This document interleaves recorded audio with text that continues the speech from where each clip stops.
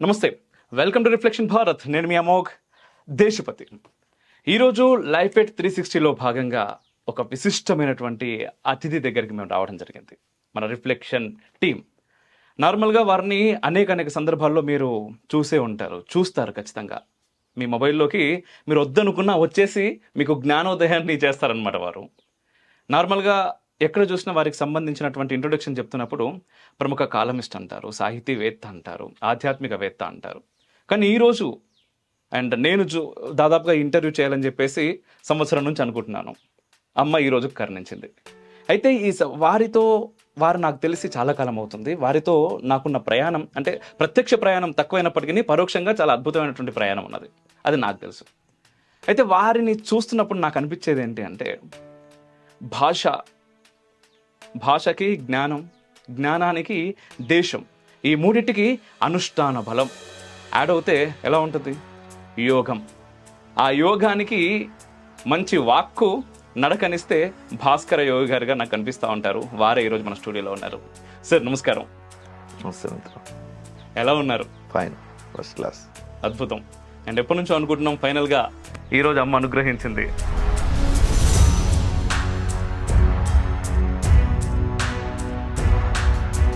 అసలు భాస్కర యోగి గారు ఎవరు? ఏకం సద్విప్ర బహుదా వదంతి లాగా ఉంటుంది ఇది. ఆ సత్యం ఏమిటి? అది ఉన్నది ఒకటే. ఆ ఏకాత్మత భావం మాకు రాష్ట్రీయ స్వయం సేవక్ సంఘం ఇచ్చింది. పరిశోధన చేయకుండా ఏది పడుతుంది, ఏది తెలుస్తుంది, మన నోటికి వచ్చింది మాట్లాడడం అనేటటువంటిది అది సరైనది కాదని నేను గ్రహించాను.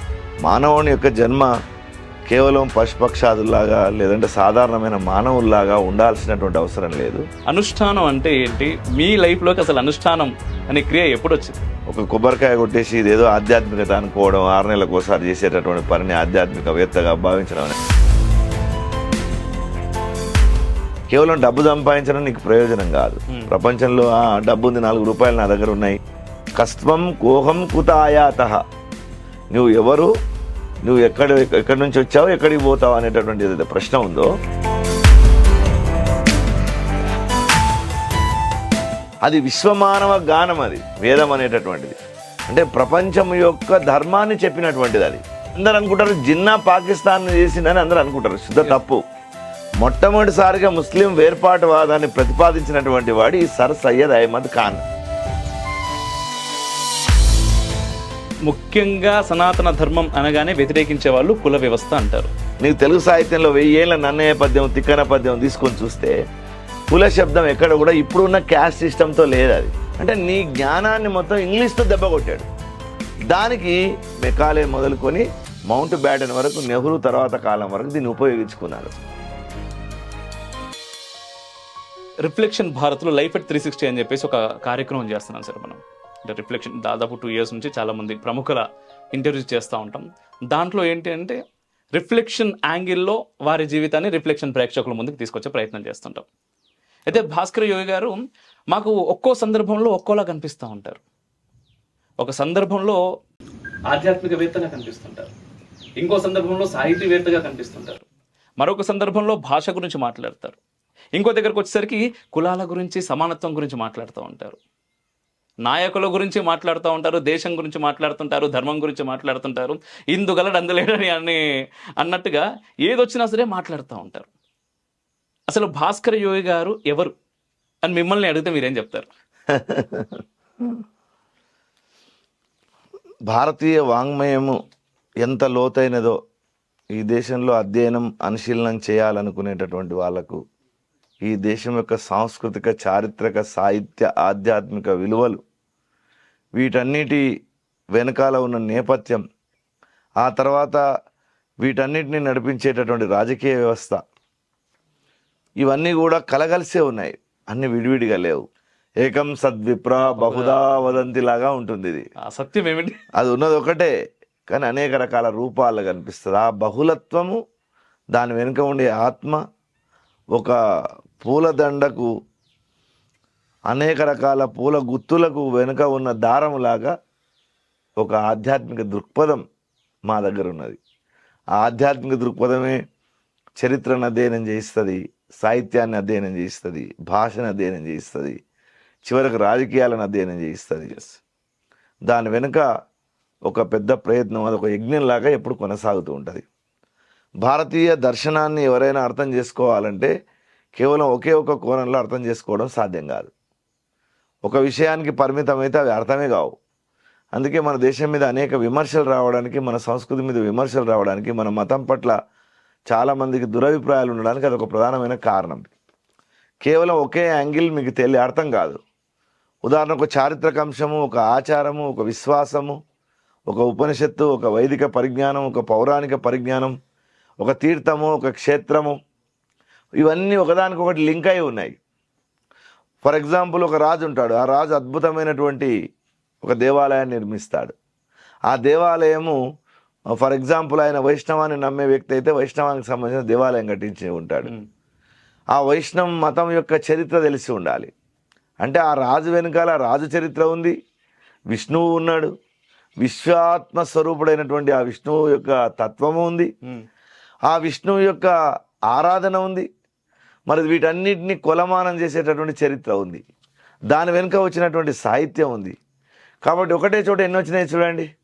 సాహిత్యం వచ్చింది, క్షేత్రం వచ్చింది, శిల్పం వచ్చింది, ఒక రాజు వచ్చాడు, అతని యొక్క పరిపాలన విధానము, అతని జీవన విధానము, అతని ఆధ్యాత్మిక దృష్టి, ఇన్నిటినీ మనకు అధ్యయనం చేయడానికి అవకాశం ఉంటుంది. కాబట్టి ఇది ఒక భిన్నమైనటువంటి పార్శ్వాలు ఇవన్నీ కూడా. ఈ భిన్నమైనటువంటి పార్శ్వాల వెనుక ఉండేటటువంటి ఏకాత్మతా భావం అర్థం కావాలి. ఆ ఏకాత్మతా భావం మాకు రాష్ట్రీయ స్వయం సేవక్ సంఘం ఇచ్చింది. మేము ఆధ్యాత్మికత చెప్పినా, మేము చరిత్ర చెప్పినా, మేము సాహిత్యం చెప్పినా, చివరికి అది భారతమాత యొక్క పాదాల దగ్గర ఒక పుష్పంగా ఉండేటటువంటిది. అట్లాంటి దృష్టికోణంతో ఆ సంఘం మాకు ఇచ్చినటువంటి మార్గంలో మేము నడుస్తూ ఉన్నాం. దానికి మాకు సహజంగానే ఉండేటటువంటి ఆధ్యాత్మిక దృష్టి ముందు నుంచి గురూపదేశం ఉంది. కాబట్టి ఆ ఆధ్యాత్మిక దృష్టి అనేటటువంటిది దాని వెనకాల ఉన్నటువంటి ఒక తెర, లోపల వెనుక ఉన్నటువంటి తెర మీదనే ఈ చిత్రాలన్నీ తిరుగుతూ ఉంటాయి. దాని మీద దేశాన్ని ఆవిష్కరణ ఇస్తాం, భారతమాతను ఆవిష్కరణ ఇస్తాం. ఆ తల్లి భారత యొక్క వైభవానికి సంబంధించిన అనేక అంశాలను ఇప్పుడు మీరన్న దృక్కోణంలో చూస్తూ ఉంటాం. దానివల్లనే ఈ పరిజ్ఞానం, ఈ ప్రజ్ఞ. బాగుంది బాగుంది బాగుంది బాగుంది. ఈ సమాధానంతో చాలా ప్రశ్నలకి సమాధానం దొరికింది. నేను ఒకే ప్రశ్న అడిగాను కానీ చాలా అద్భుతం సార్. అయితే మీ పర్సనల్ లైఫ్ విషయానికి వస్తే, ఒకసారి మీరు ఎక్కడ చదువుకున్నారు, తల్లిదండ్రులు ఏం చేసేవారు, అండ్ ఇప్పుడు ఏంటి పరిస్థితి? ఒకసారి మనం చదువుకునే దగ్గరికి వెళ్దాం అండ్ పేరెంట్స్ గురించి. మేము ఇంటర్మీడియట్ వరకే కాలేజీకి వెళ్ళి చదువుకున్నాం. తర్వాత చదువంతా కూడా డిస్టెన్స్లోనే చదువుకున్నాను, పిహెచ్డి వరకు. తర్వాత అనేక రకాలైనటువంటి పరీక్షలు రాయడం, వాటిలో ఉత్తీర్ణులు కావడం, ఇవన్నీ కూడా సహజంగా జరిగినటువంటి, మేము సొంతంగా చదువుకున్నటువంటివి. కాకపోతే ఆధ్యాత్మికంగా మాకు ఒక దీక్ష ఉన్నది. మేము ఇంటర్మీడియట్ సెకండ్ ఇయర్లో ఉన్నప్పుడే ఓకే నాగలింగ శివయోగి గారు అని చెప్పేసి మన తెలంగాణలో ఒక గొప్ప పరిశోధన పండితుడు. ఆయన ఆనంద్ మార్గ్లో పనిచేశాడు. తర్వాత అనేక సంస్థలు, ఆధ్యాత్మిక సంస్థల్లో పనిచేశారు. భారతదేశంలో చాలా ప్రాంతాలకు తిరిగి వారు తాళపత్ర గ్రంథాలను సేకరించారు. తర్వాత ఆయన పరమాత్మ పరిజ్ఞానాన్ని ప్రపంచానికి చెప్పాలని ఒక దృఢ నిశ్చయానికి వచ్చినటువంటి వ్యక్తి. వారు మాకు దీక్ష ఇచ్చారు. చిన్నప్పటి నుంచే మాకు సంఘంతో పరిచయం ఉంది. బాల్య స్వయం సేవకుని నేను. ఓకే. దానివల్ల ఒకవైపు సామాజికం, ఒకవైపు ఆధ్యాత్మికం, ఈ రెండు కలగలిసిపోయి ఈ దృష్టికోణాన్ని మరింత బలోపేతం చేయడానికి అవి మాకు బాగా ఉపయోగపడ్డాయి.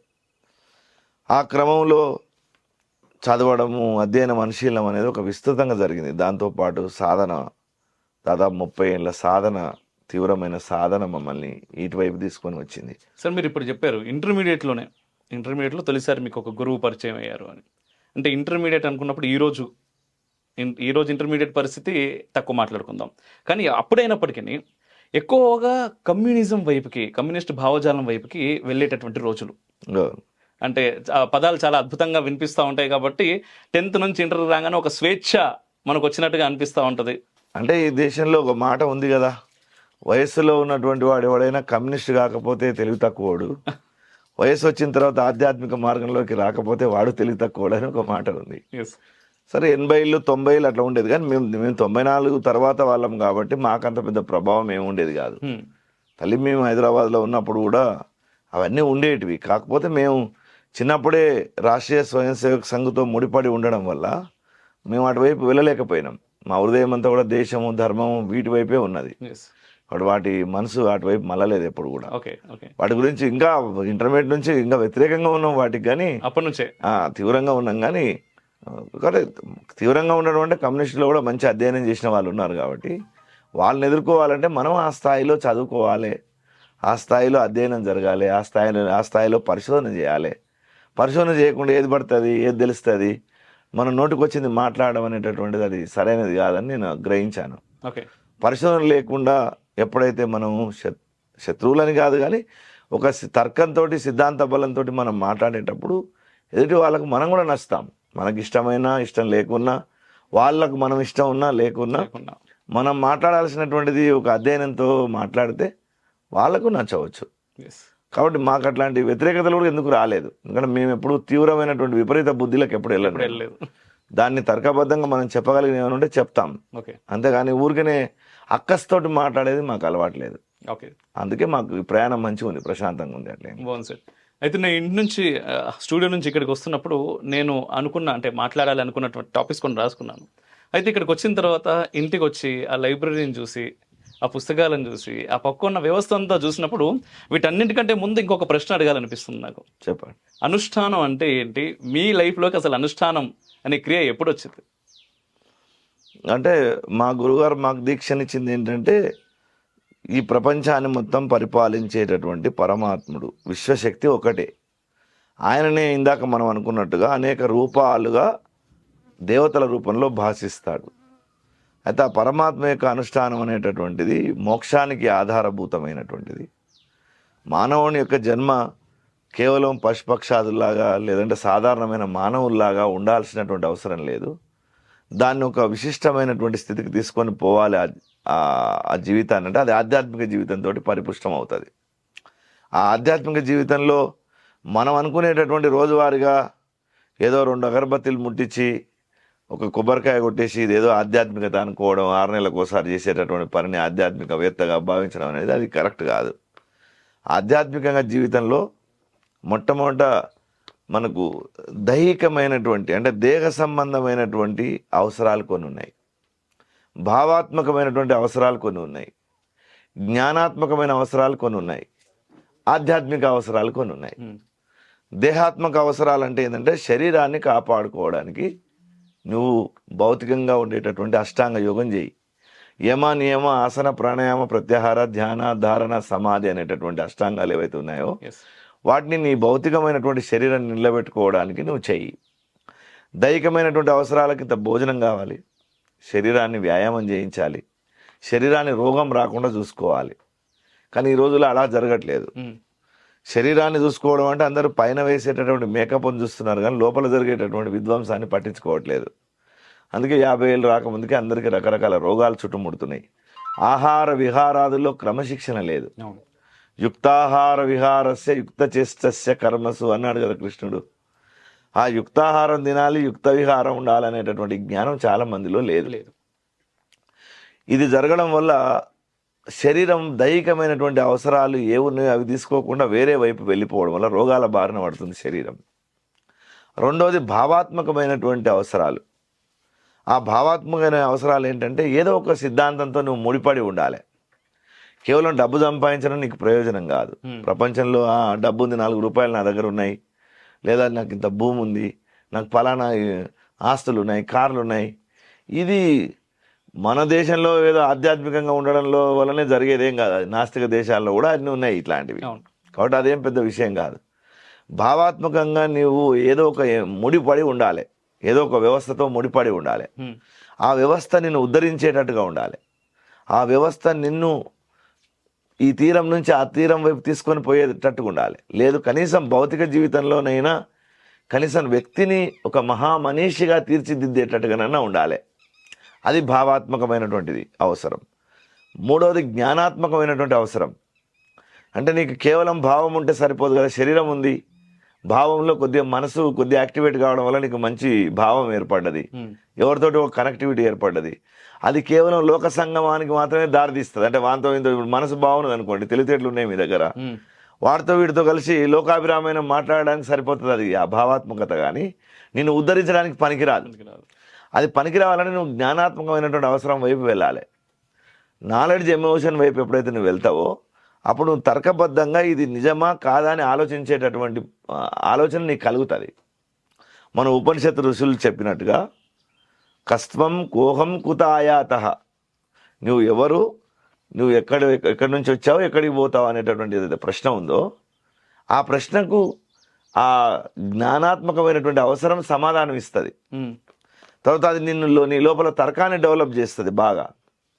అంటే ఫర్ ఎగ్జాంపుల్ నేను అన్న నా చేతిలో ఈ పుస్తకం ఉంది, ఈ పుస్తకం ఎక్కడిది అంటే నేను నిన్ననో మొన్ననో భద్రాచలం దేవాలయం గోదావరి ఒడ్డు నడుస్తూ ఉంటే ఈ పుస్తకం ఆకాశంలోంచి పడ్డది అని అన్నాను అనుకోండి మీతోటి.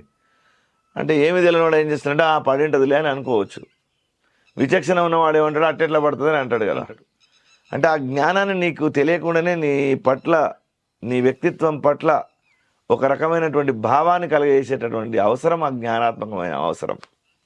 మరి మనిషి లోపల శరీరం బాగానే ఉంది, నీ మనస్సు బాగానే ఉంది, ఈ జ్ఞాన సంబంధమైనటువంటి బుద్ధి బాగానే ఉంది, కానీ వీటన్నిటిని ఎక్కడ తీసుకొని పోతున్నావు నువ్వు అంటే ఏదో ఒక ఆధ్యాత్మికం వైపు తీసుకొని పోవాలి. చివరిది ఆధ్యాత్మిక అవసరం.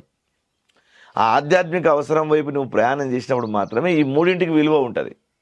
లేకపోతే ఈ మూడింటి నీ శరీరానికి విలువ లేదు, నీ మనసుకు విలువ లేదు, నీ బుద్ధికి విలువ లేదు. ఈ మూడింటి యొక్క విలువను నువ్వు ఇంగింత పెంచాలంటే, ఆ విలువను ఒక వాల్యూ కరప్షన్ లేకుండా నువ్వు ముందుకు తీసుకొని పోవాలంటే నీకు ఆధ్యాత్మిక బీజం అవసరం. అది భారతీయ సనాతన ధర్మం యొక్క మూల సూత్రం. అది మూల స్రోతస్సు. ఈ దర్శనం యొక్క మూల స్రోతస్సు అదే. దాన్ని నువ్వు ఫైనల్గా పట్టుకోవాలి. దాన్ని లౌకికార్థంలో మన వాళ్ళు ఏం చెప్పారంటే ధర్మార్థ కామ మోక్షాలను చతుర్విధ పురుషార్థాల కింద చెప్పారు వాటిని. ఈ ప్రపంచంలో ఉన్న సమస్తమైన కోరికలు, ఆలోచనలు, నీకు ఉండే అవసరాలన్నింటినీ నువ్వు లిస్టు చేస్తే ఆ లిస్ట్ ఈ 4 కిందనే ఉంటుంది. మీరు అంతే. ఇప్పుడు మనం అప్పుడప్పుడు గుళ్ళోకి వెళ్తాం కదా, పూజారులు ఏం చేస్తారంటే ధర్మార్థ కామమోక్ష ఫల సిద్ధ్యర్థం అని అంటారు, చతుర్విధ ఫల పురుషార్థ సిద్ధ్యర్థం అంటారు. కానీ వీడు మళ్ళీ ఏమడుగుతుంటారంటే మా బిడ్డకు జాబ్ కావాలి అంటారు, లేదా నాకు డబ్బు కావాలంటారు. అసలు ఆ డబ్బు, ఈ బిడ్డకు జాబు, ఈ పెళ్లి అన్నీ అందులో ఉన్నాయి. ఆ 4 సమస్తం చేర్చి పడేశాడు. ఆ 4 సాధించడానికి మానవ జన్మ అత్యుత్తమమైనటువంటి ఆధ్యాత్మిక జీవితాన్ని గడపాల. ఆధ్యాత్మిక జీవితము ఎందుకోసం అంటే నీకు పరమేశ్వరునితో లింక్ ఉన్నటువంటి ఒక ఆదర్శం ఒకటి మన సనాతన ధర్మం చెప్పింది.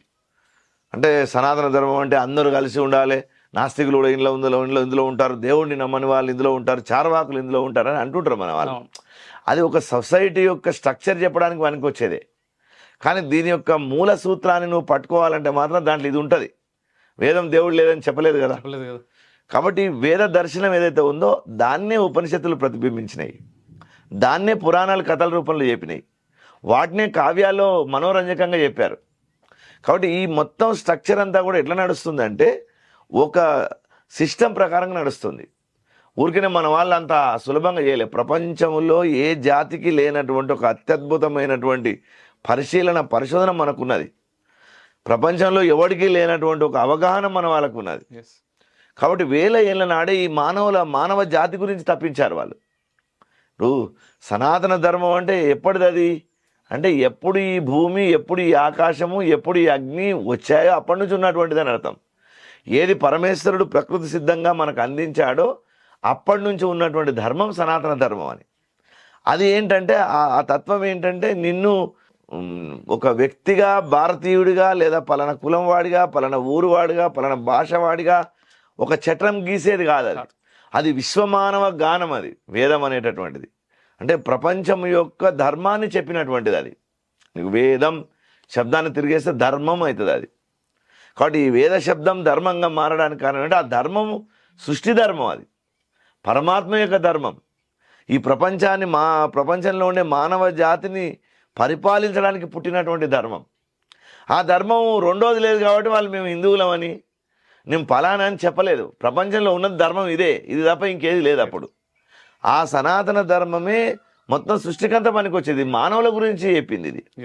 అంటే మనిషి యొక్క మనస్సు, మనిషి యొక్క శరీరము, మనిషి యొక్క బుద్ధి, లోపల ఉండేటటువంటి ఆ మనస్సు బుద్ధి ఉండేటటువంటి అంతఃకరణం, ఆ అంతఃకరణానికి అధిష్టాత్రి అయినటువంటి ఆత్మస్వరూపం, ఆ ఆత్మను నడిపించేటటువంటి పరమాత్మ. ఈ జ్ఞానం మామూలు విషయం కాదు కదా ఇది. ఖచ్చితంగా. ఇది వ్యక్తులతోటి కొలమానాలు వేసి గీతలు గీసి స్కేల్స్తో నిర్ణయించేది కాదు. ఇది మొత్తం ప్రపంచం యొక్క అందరికీ పనికొచ్చేటటువంటి ఒక అద్భుతమైనటువంటి తత్వం ఇందులో ఉంది. అందుకే మన వాళ్ళు అది గానం చేశారు. అక్కడ పాలు ఉన్నాయంటే పాలు తప్ప ఇంకేమీ లేవు. పాలు కాకుండా పక్కన ఇంకేదైనా మజ్జిగ ఉంటే ఇది మజ్జిగ ఇది పాలు అని చెప్తారు. ఉన్నది మొత్తం పాలే అప్పుడు.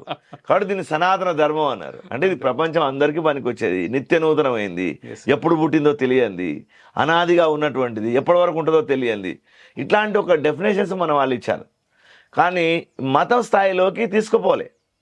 మతం స్థాయిగా దీనికి ఎప్పుడు గుర్తింపు వచ్చిందంటే ప్రపంచవ్యాప్తంగా అనేక మతాలు మళ్ళీ పుట్టుకొచ్చినాయి. ఒక 4000 ఏళ్ళ నాడు పార్సీలు పుట్టుకొచ్చారు, వాళ్ళు అగ్ని ఆరాధన చేశారు. ఇప్పుడు ఇరాన్ అంటే మన ఆర్యన్ శబ్దమే ఇరాన్ ఆర్యన్ నుంచి ఇరాన్ అనే పదం అది యాక్చువల్ అయితే. ఇక్కడ నుంచి వెళ్ళినట్టు అందరూ అంటారు, అక్కడ నుంచి ఇక్కడికి వచ్చినట్టు. మేమేమంటున్నాం అంటే ఇక్కడ నుంచి అక్కడికి పోయినట్టున్నాం. అక్కడ నుంచి ఆర్యులు ఇక్కడికి రాలేదు. ఇక్కడ నుంచే ఆర్య తత్వము, పూజింపదగినటువంటి తత్వము, గౌరవించదగినటువంటి తత్వం ఇక్కడ నుంచి అక్కడికి పోయింది. అక్కడ ఉండేటటువంటి అగ్ని ఆరాధన వాళ్ళది. ఆ తర్వాత కాలంలో ఇప్పుడు జ్యూస్ అని మనం ఇజ్రాయెల్లో చెప్తున్నాం, వాళ్ళు వచ్చారు, హిబ్రూలు. ఆ తర్వాత క్రైస్తవం వచ్చింది. ఆ తర్వాత ఇక్కడ ఇస్లాం వచ్చింది. దానికన్నా ముందే మన దేశంలో విష్ణువును పూజించేటటువంటి వైష్ణవులు, శాక్తేయులు, గానాపత్యులు, ఈ తర్వాత అనేక రకాల ఆరాధనలు చేసేటటువంటి చిన్న ఈ మతం అంటే అభిమతం, మన అభిప్రాయం అని అర్థం యాక్చువల్ అయితే. దానికి ఒక పుస్తకం ఉంటుంది. ఇప్పుడు ఉదాహరణకు విష్ణు పురాణం ఉంది, విష్ణు ధర్మోత్తర పురాణం ఉంది. అది మొత్తం విష్ణువుని గురించి చెప్పేటటువంటి విష్ణు మతం, అది వైష్ణవ మతం. అది అట్నే శైవ మతం. ఈ శైవ మతం కూడా చాలా ప్రాచీనమైంది. మీరు మంగోలియాలో పోయి చూస్తే ఈ దేశాన్ని మీద దాడి చేయడానికి వచ్చినటువంటి చంగీజ్ ఖాన్ సమాధి మీద త్రిశూలాల బొమ్మలు ఉన్నాయి. త్రిశూలాల బొమ్మలు కనుక్కున్నారు. అంటే వాళ్ళు తంత్ర అని పిలిచేవాళ్ళు. తంత్ర శబ్దాన్ని వాళ్ళు తంత్ర అని పిలిచేవాళ్ళు. కాబట్టి ప్రపంచవ్యాప్తంగా ఉన్నటువంటి మతం, యూరోప్లో అనేక చోట్లలో మన దేవతా విగ్రహాలు వెళ్ళినాయి బయటికి. కాబట్టి ప్రపంచానికి మొత్తం పనికి వచ్చేటటువంటి ఒక మత సంబంధమైనటువంటి స్ట్రక్చర్ సనాతన ధర్మం ఇచ్చింది ప్రపంచానికి. మతం అంటే ఇలా ఉండాలి. అందుకే మీరు ఇతర మత గ్రంథాలు, కొన్ని మతాల గ్రంథాలు పరిశీలిస్తే దేవుణ్ణి వేదంలో ఎట్లాంటి ఆరాధనలు, వేదంలో ఎట్లాంటి ప్రార్థనలు ఉన్నాయో అట్లాంటి ప్రార్థనలు దాంట్లో కనిపిస్తాయి. దాంట్లో రోజువారీ మన శుక్లాంబరధనం విష్ణు శశివర్ణం లాంటివి ఉండవు. ఆ ప్రార్థనలన్నీ కూడా ఏంటంటే ప్రకృతిని పరిపాలించేటటువంటి పరమాత్మను, ఆయన్నే సుప్రీం గాడ్గా, లోకంబులు లోకేశులు తెగిన తుదిన అలోకంబగు పెంజీకటి కవ్వలనివ్వడు నేకాకృతి కలిగించును అట్టి వాణిని నే సేవింతునన్నాడు పోతనామాతుడు భాగవతంలో చెప్పినటువంటి మాట. ఈ లోకాలు, లోకస్తులు, ఆ లోకాలను పరిపాలించే వాళ్ళు, ఆ తర్వాత ఉన్నటువంటి ఆ పెంజీకటి కవతల ఏ పరమాత్మ ఉన్నాడో ఆ పరమాత్మని నేను ఆరాధిస్తున్నాను అన్నాడు. అది భాగవత దర్శనం, వ్యాసుడిచ్చిన దర్శనం. కాబట్టి ఆ దర్శనమే ఈ దేశంలో వేద దర్శనంగా ఉంది. అయితే దీన్ని అర్థం చేయించడానికి, సులభంగా అర్థం చేయడానికి పురాణాల్లో కథల రూపంలో మనకు చెప్పారు. సార్, ఇప్పుడు మీరు చెప్తున్నప్పుడు నిజంగా సనాతన ధర్మం అసలు ప్రపంచంలో ఎవరికైనా సరే ఉపయోగపడేది. ఆయన ప్రపంచం కోసం సృష్టించబడింది. అంటే సృష్టించడం కూడా అనలేమేమో, ఎప్పటి నుంచో ఉంది. అయితే ఇక్కడ ముఖ్యంగా ధర్మం గురించి మాట్లాడుతున్నప్పుడు ఈ రోజుల్లో ముఖ్యంగా సనాతన ధర్మం అనగానే వ్యతిరేకించే వాళ్ళు కుల వ్యవస్థ అంటారు. కులం దగ్గరికి వస్తారు. మీ ధర్మంలో వీళ్ళని దూరం పెట్టారు, వాళ్ళని దూరం పెడుతున్నారు, అందరూ కలవరు, పొట్టుగా చేస్తూ ఉంటారు అనేటటువంటి భావన కొంతమేర వాస్తవం కూడా ఈరోజు చూసినట్టయితే సమాజం అలా కనిపిస్తుంది. అయితే దాంట్లో ఏంటంటే వాళ్ళు అనేది ఏంటంటే ఇప్పుడు స్టాలిన్, ఉదయనిధి స్టాలిన్, తర్వాత కొందరు మేధావుల పేరుతోటి చలామణి వాళ్ళంతా చెప్పింది ఏంటంటే ఇది వర్ణ వ్యవస్థ ఉంది, హిందూ ధర్మం అనేటటువంటి సనాతన ధర్మం అంటేనే వర్ణ వ్యవస్థ. వర్ణం వేరు, కులం వేరు. వాస్తవానికి వర్ణం అనేటటువంటిది ఏంటంటే అది ఇప్పుడు మనం అనుకునేటటువంటి రంగు కాదు. అది రంగుని బట్టి కులం వచ్చిందని కాదు. వర్ణం మీన్స్ క్లాస్ అని అర్థం. CLASS class. క్యాస్ట్ వేరు, క్లాస్ వేరు. క్యాస్ట్ అనేటటువంటిది కులము, క్లాస్ అనేటటువంటిది శ్రేణి. దాని శ్రేణి అనాలి, వర్ణం అనకూడదు. ఆ శ్రేణి అనేటటువంటిది ప్రపంచవ్యాప్తంగా ఉంది, మన దేశంలోనే కాదు. ఆ క్లాస్ అనేటటువంటిది లేకపోతే మీరు ఏ పని నిర్వహించలేరు. ఫర్ ఎగ్జాంపుల్ అంటే అది ఈరోజు ఈ రకమైనటువంటి రాజకీయ సామాజిక దృష్టికోణంతో లేదా అన్నాడు. ఆ రోజు ఆ క్లాస్ ఎలా ఉన్నదంటే పని జరగడానికి ఒక టెంపరీ ఆర్డర్ అనుకో, లేకపోతే అవసరానికి తగినట్టుగా ఉండేటటువంటి సిస్టమ్ అనుకో. ఖచ్చితంగా ఒక ఆ కార్పొరేట్ వ్యవస్థను సిస్టమ్ తీసుకుంటే ఉదాహరణకు మీరు ప్రపంచవ్యాప్తంగా ఉంది, ఇది ఇక్కడనే కాదు. అవును ఉదాహరణకు మీరు వైట్ కాలర్ అంటారు, బ్లూ కాలర్ అంటారు. అవును. ఎవడు రాశాడు దీన్ని? వైట్ కాలర్ బ్లూ కలర్ అని ఇక్కడ రాశారా? లేదు. లేదు. వైట్ కాలర్ అంటే షర్ట్ నలగకుండా పని చేసేవాడని అర్థం. బ్లూ కాలర్ అంటే కాయ కష్టం చేసుకొని చెమట వచ్చేవాడని అర్థం. ఇది ఎవడేమి నిర్ణయం చేయలేదు. అవును ఇది వాళ్ళ దేశాల్లో కూడా వైట్ కాలర్ బ్లూ కాలర్ ఉందన్నట్టే కదా అర్థం. అంతే కదా. ఒకవేళ వాళ్ళ దగ్గర కూడా ఈ నల్ల జాతుల సమస్య లేకపోతే ఆఫ్రికాలో నెల్సన్ మండేలా అన్ని సంవత్సరాలు జైల్లో ఎందుకు ఉన్నాడు? ఆయన పోరాటం ఫలించిందని ఆయనకు నోబెల్ బహుమతి ఎందుకు ఇచ్చారు? ఒక మాట మనం అనుకుందాం. ఎస్ అంత దూరం ఎందుకు? ఇప్పుడు ఆధునిక సమాజం మీరు చూసినట్టయితే ఒక కంప్యూటర్ వ్యవస్థ నడిపే కార్పొరేట్ సిస్టమ్ ఉందనుకోండి, ఒక ఐటీ ఆఫీస్ ఉంది.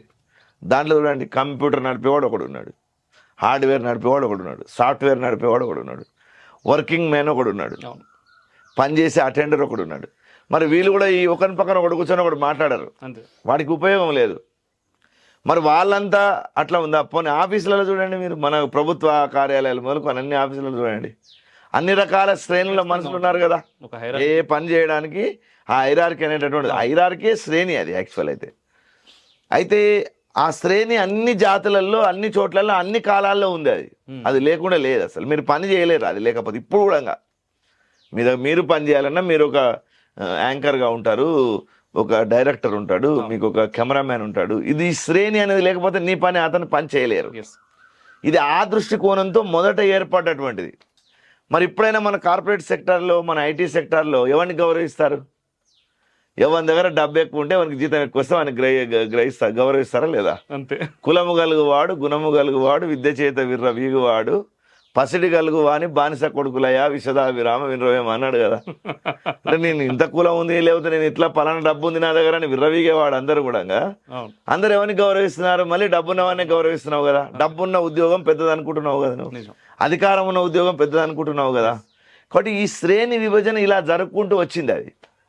అయితే ఈ శ్రేణిలో ఎప్పుడైనా సరే ఈ హైరార్కీలో ఉన్నత స్థానంలో ఉన్న వ్యక్తులు అని ఎవరినైతే అనుకుంటామో వాళ్ళు కరడు కట్టిపోయి వాళ్ళు ఒకవేళ కింది వాళ్ళ మీద దమనం చేసినట్టయితే, వాళ్ళు అణచివేత కొనసాగించినట్టయితే, ఒత్తిడి చేసినట్టయితే క్యాస్ట్ సిస్టమ్ పుట్టుకొస్తుంది.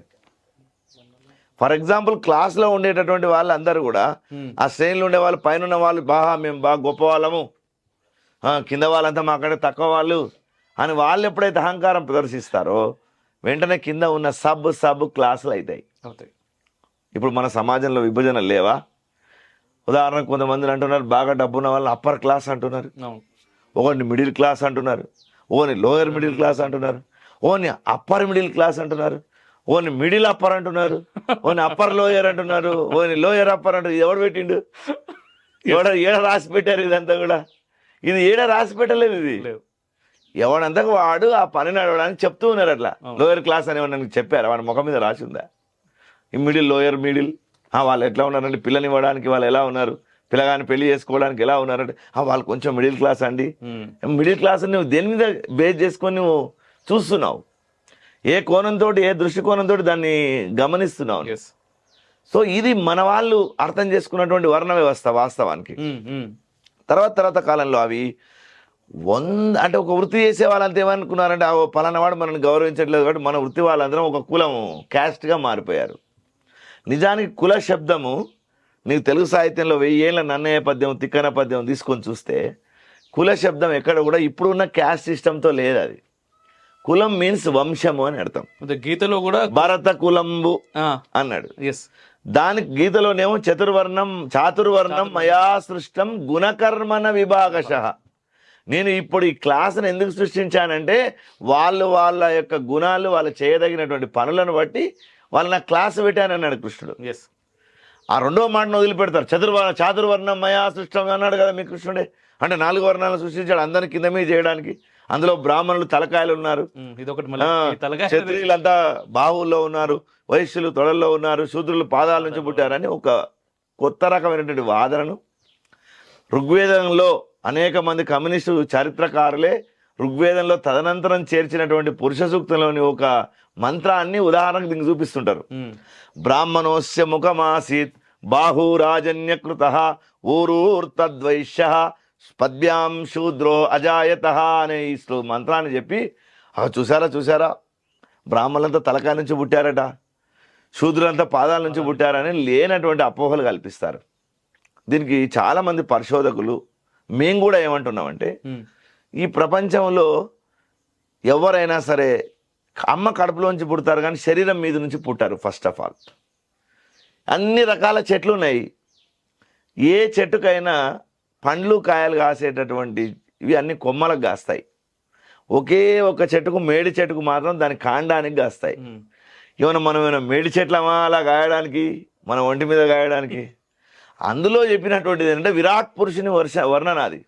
అంటే పరమేశ్వరుడు అబ్బా ఇంత పెద్దగా ఉన్నాడు, ఈ సమాజమే ఒక పరమేశ్వరుడు. ఎవడికి జ్ఞానం ఉంటుందో వాడు ముఖంలోంచి బ్రాహ్మణోస్య ముఖమాసీత్, బ్రహ్మజ్ఞానం కలిగినటువంటి వాడు నోటి నుంచి బయటికి వచ్చాడు అని. ముఖం అంటే మనం అనుకునే ఫేస్ కాదు, నోరు అని అర్థం. అదే మన కోణంతో చూసినప్పుడు వాడికి ముఖం అంటే అర్థం కూడా తెలియదు చాలా మందికి. సంస్కృతంలో ముఖం శబ్దానికి అర్థం ఏంటంటే నోరు అని అర్థం. ఇప్పటికి హిందీలో ఉర్దూలో మోమ్ దోలేనా అని అంటారు కదా. అంటే ముఖం కడుక్కోవడం అంటే ఇది ఫేస్ కడుక్కోవడం కాదు, నోరు కడుక్కోవడం అని అర్థం యాక్చువల్ అయితే. కాబట్టి ముఖం నుంచి పుట్టడం అంటే ఏంటంటే నోటి నుంచి పుట్టినటువంటి వాళ్ళు. నీ నోరే నీ యొక్క జ్ఞానాన్ని తెలియజేస్తుంది. ఖచ్చితంగా నీకేం జ్ఞానం ఉందో నువ్వు ఎట్లా వ్యక్తీకరణ చేస్తావు? వ్యక్తీకరణ చేయడానికి నీ దగ్గర ఉన్న ఏకైక ఆయుధం నోరు. కాబట్టి జ్ఞానం ఎక్కడి నుంచి వస్తుందయ్యా అంటే నోటి నుంచి వస్తుంది. దాన్ని బ్రాహ్మణత్వం అనండి అన్నాడు. మన శరీరం పైన ఎవరైనా దాడి చేయడానికి వచ్చారు, 2 కాళ్ళు పైకి లేవు, తల పోయి కొట్టదు అని 2 చేతులు అడ్డుకునే ప్రయత్నం చేస్తాయి, చిన్న పిల్లవాడికైనా వృద్ధుడికైనా. కాబట్టి ఇది క్షత్రియులతో సమానం ఈ 2 బాహువులు. కాబట్టి ఈ 2 బాహువులు ఏమిటయా సమాజానికంటే ఇది క్షత్రియత్వాన్ని సూచించే, వీరత్వాన్ని సూచించేటివి. మన నీ దగ్గర నాలెడ్జ్ ఉన్నది, నీ దగ్గర బలం ఉన్నది, వాటిని కాపాడేటందుకు ఫైనాన్స్ వద్దా? ఆ ఫైనాన్స్ ఏడున్నది అంటే తొడల్లో ఉన్నది. అది బలమైనటువంటిది, శరీరాన్ని నిలబెట్టేది, జ్ఞానాన్ని బలాన్ని నిలబెట్టేది ఫైనాన్స్. మరి ఇదంతా అయినాక ఈ శరీరాన్ని మొత్తం మోసేటటువంటి బాధ్యత, సేవా దృష్టి ఒక ఒక ఒక సమాజానికి ఉంది కదా. ఆ సమాజం ఎక్కడి నుంచి ఉందంటే పాదాల నుంచి ఉంది. దాన్ని ఒక మహాత్ముడు అన్నాడు, భగవంతుడికైనా గురువుకైనా పెద్దలకైనా నమస్కారం తలకాయకి చేస్తారా, కాళ్ళకి చేస్తారా? కాబట్టి పద్భ్యాం శూద్రో అజాయత అన్నారు కానీ పాదాలకు నమస్కారం చేయడం ఉంది కానీ తలకు నమస్కారం చేస్తలేరు కదా. శూద్రోపి గుణవాన్ బ్రాహ్మణో భవేత్, బ్రాహ్మణో క్రియాహీనో శూద్రోత్పరధారయేత్. శూద్రుడు గుణవంతుడైతే అతడు బ్రాహ్మణుడితో సమానమని. బ్రాహ్మణో క్రియాహీనో, బ్రాహ్మణుడు అంటే ఈ జాతి బ్రాహ్మణులు కాదు, ఏదో కులంలో పుట్టాము ఎందుకంటే గాయత్రి మంత్రం కూడా చదవడానికి రాదు వాళ్ళు కాదు. కేవలం పేరుకు కులంలో పుట్టిన వాళ్ళు బ్రాహ్మణులు కాదు, వాళ్ళు జాతి బ్రాహ్మణులు, అంటే కుల బ్రాహ్మణులు. వాళ్ళు గుణ బ్రాహ్మణులు ఉన్నారు. ఆ గుణ బ్రాహ్మణులకు వైదిక పరిజ్ఞానం ఉన్నది ఈ దేశంలో. ఆ వైదిక పరిజ్ఞానం ఏంది అంటే వేద భగవానుడు వేదములో ఏ ధర్మాలను ప్రతిపాదించాడో, ఏ ధర్మశాస్త్రాల ప్రకారం జీవించమన్నాడో, ఏ ధర్మశాస్త్రాల ప్రకారం నీ యొక్క ఆధ్యాత్మిక జీవితాన్ని పరిపూర్ణం చేసుకోమన్నాడో ఆ వేద భగవానుడి యొక్క ఆజ్ఞకు లోబడి ఉండేటటువంటి వాడు ఆ బ్రాహ్మణుడు. యాక్చువల్ అయితే ఒకవేళ ఈ గుణవంతుడు శూద్రుడైనా సరే గుణవంతుడైతే అతడు బ్రాహ్మణుడితో సమానం, అంటే ఆ జ్ఞాన బ్రాహ్మణుడితో సమానం. ఒకవేళ ఆ బ్రాహ్మణుడు జాతి బ్రాహ్మణుడుగా పుట్టినటువంటి వాడు క్రియాహీనుడైతే వాడు శూద్రునితో సమానం అన్నాడు. అందుకే దీంట్లో ప్రమోషన్ డిమోషన్ కూడా ఉంది. చాలా మంది వేద ఋషులు, ఉదాహరణకు విశ్వామిత్రుడు పుట్టింది క్షత్రియ కులంలో, తపస్సు చేసి బ్రహ్మర్షిగా మారిండా లేదా? అట్నే మీకు తులాధారుడు అనే ఒక వైశ్యుడు కూడా అట్లాంటి మార్పు జరిగింది. అట్లా చాలామంది వేదంలో కనిపిస్తారు.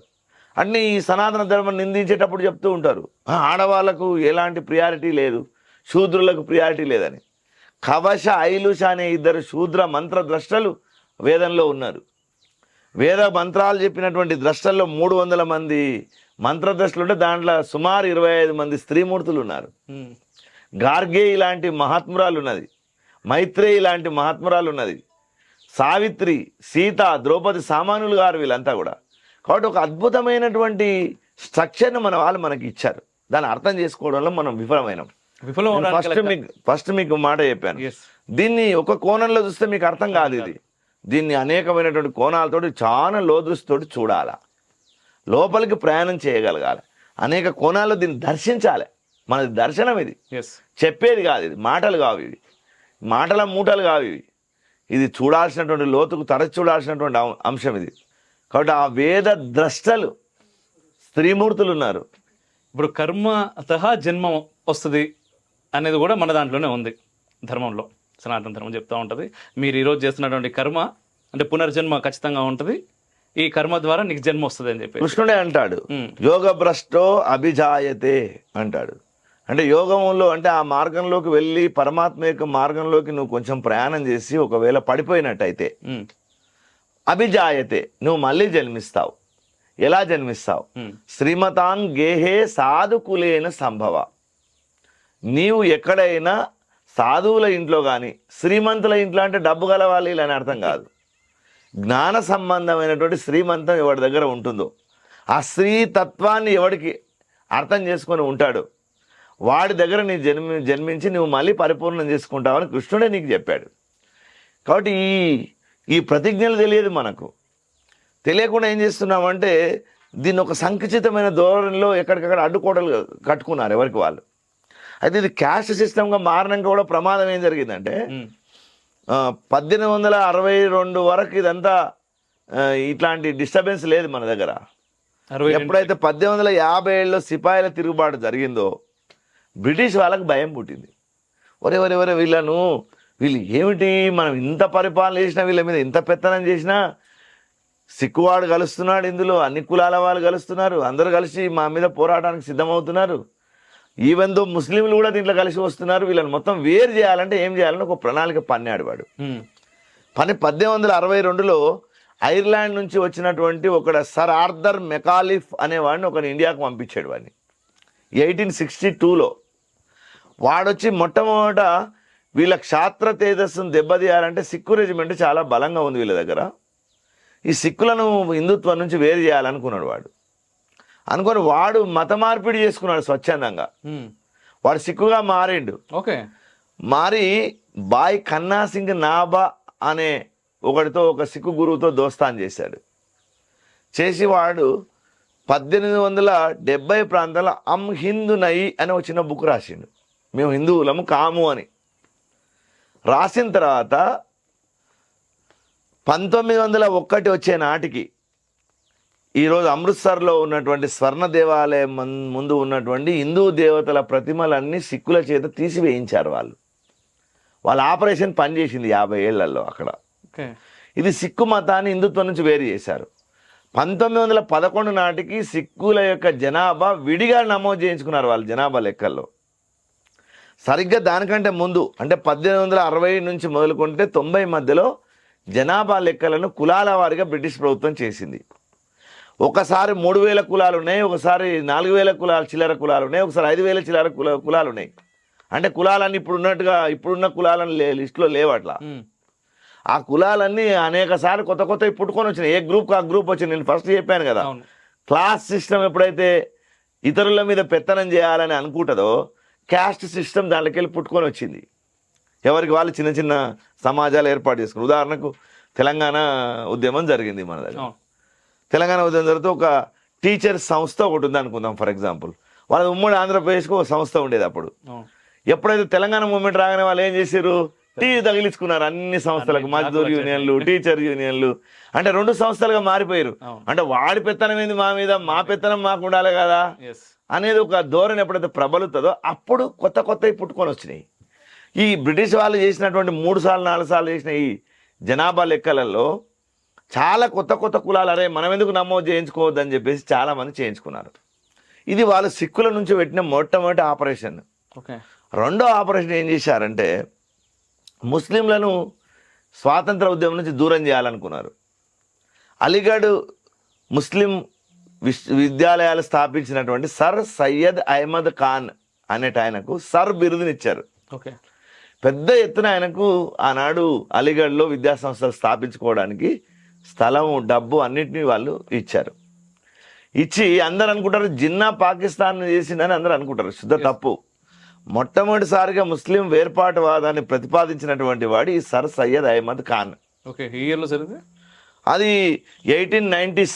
1890లో జరిగింది ఈ ఆపరేషన్ అంతా కూడా. ఎప్పుడైతే 1857 తిరుగుబాటు జరిగిందో ఆ తిరుగుబాటు తర్వాత వచ్చినటువంటి పరిణామాలు ఒక్కొక్కటివి. వాళ్ళు 3వ స్టెప్ కింద ఈ దేశంలో ఆంగ్లేయ క్రైస్తవ విద్యా విధానాన్ని వ్యవస్థను చేసుకోవడానికి వాళ్ళు చివరిగా ఓ రకంగా చెప్పాలంటే మౌంట్ బ్యాటన్ నుంచి మెకాలే నుంచి నెహ్రూ వరకు అందరినీ వాడుకున్నారు వాళ్ళు. 1836లో మెకాలే తన తండ్రికి ఓ లేఖ రాశాడు. రాస్తే దాంట్లో చాలా విషయాలు ప్రస్తావనకు వచ్చినాయి. ఓకే. 1835 ప్రాంతంలో జనరల్ బెంటింగ్ అనేవాడు బెంగాల్ ప్రాంతాన్ని పరిపాలిస్తూ ఉన్నాడు. వాడు ఏం చేశాడంటే విలియం ఆడమ్ అనే ఒక ఆయనను బెంగాల్ ప్రాంతం మొత్తం తిప్పాడు. వాడు అసలు ఇండియన్ సిస్టమ్, నాలెడ్జ్ సిస్టమ్ ఏంటి, వీళ్ళు ఎట్లా ఈ దేశంలో ఇన్నేళ్ల నుంచి ఉండగలిగారు, ఎట్లా వీళ్ళ యొక్క ఏకత్వం ఉంది, ఎట్లా వీళ్ళ ఆధ్యాత్మికత ఉంది, ఏంది వీళ్ళ యొక్క రహస్యం, ఇన్ని దాడులు జరిగినా వీళ్ళు తట్టుకొని నిలబడగలుగుతున్నారు. సుమారు 1000 సంవత్సరాల దాడులు కదా మన దేశంలో కదా. మరి మీరు అలా చూస్తే ప్రపంచంలో కేవలం 15 సంవత్సరాలు ఇరాక్ను ముస్లింలు పరిపాలన చేస్తే ఇరాక్ ఖండం మొత్తం ముస్లిం దేశంగా మారిపోయింది. 17 ఏళ్ళు ఇరాన్ను పరిపాలన చేస్తే ఇరాన్ మొత్తం ఇస్లామిక్ దేశంగా మారిపోయింది. 21 సంవత్సరాలు ఈజిప్ట్ను పరిపాలన చేస్తే ఈజిప్ట్ మొత్తం ఇస్లామిక్ దేశంగా మారిపోయింది. 50 సంవత్సరాలు యూరప్ను పరిపాలనిస్తే యూరప్ మొత్తం క్రైస్తవమయమైంది.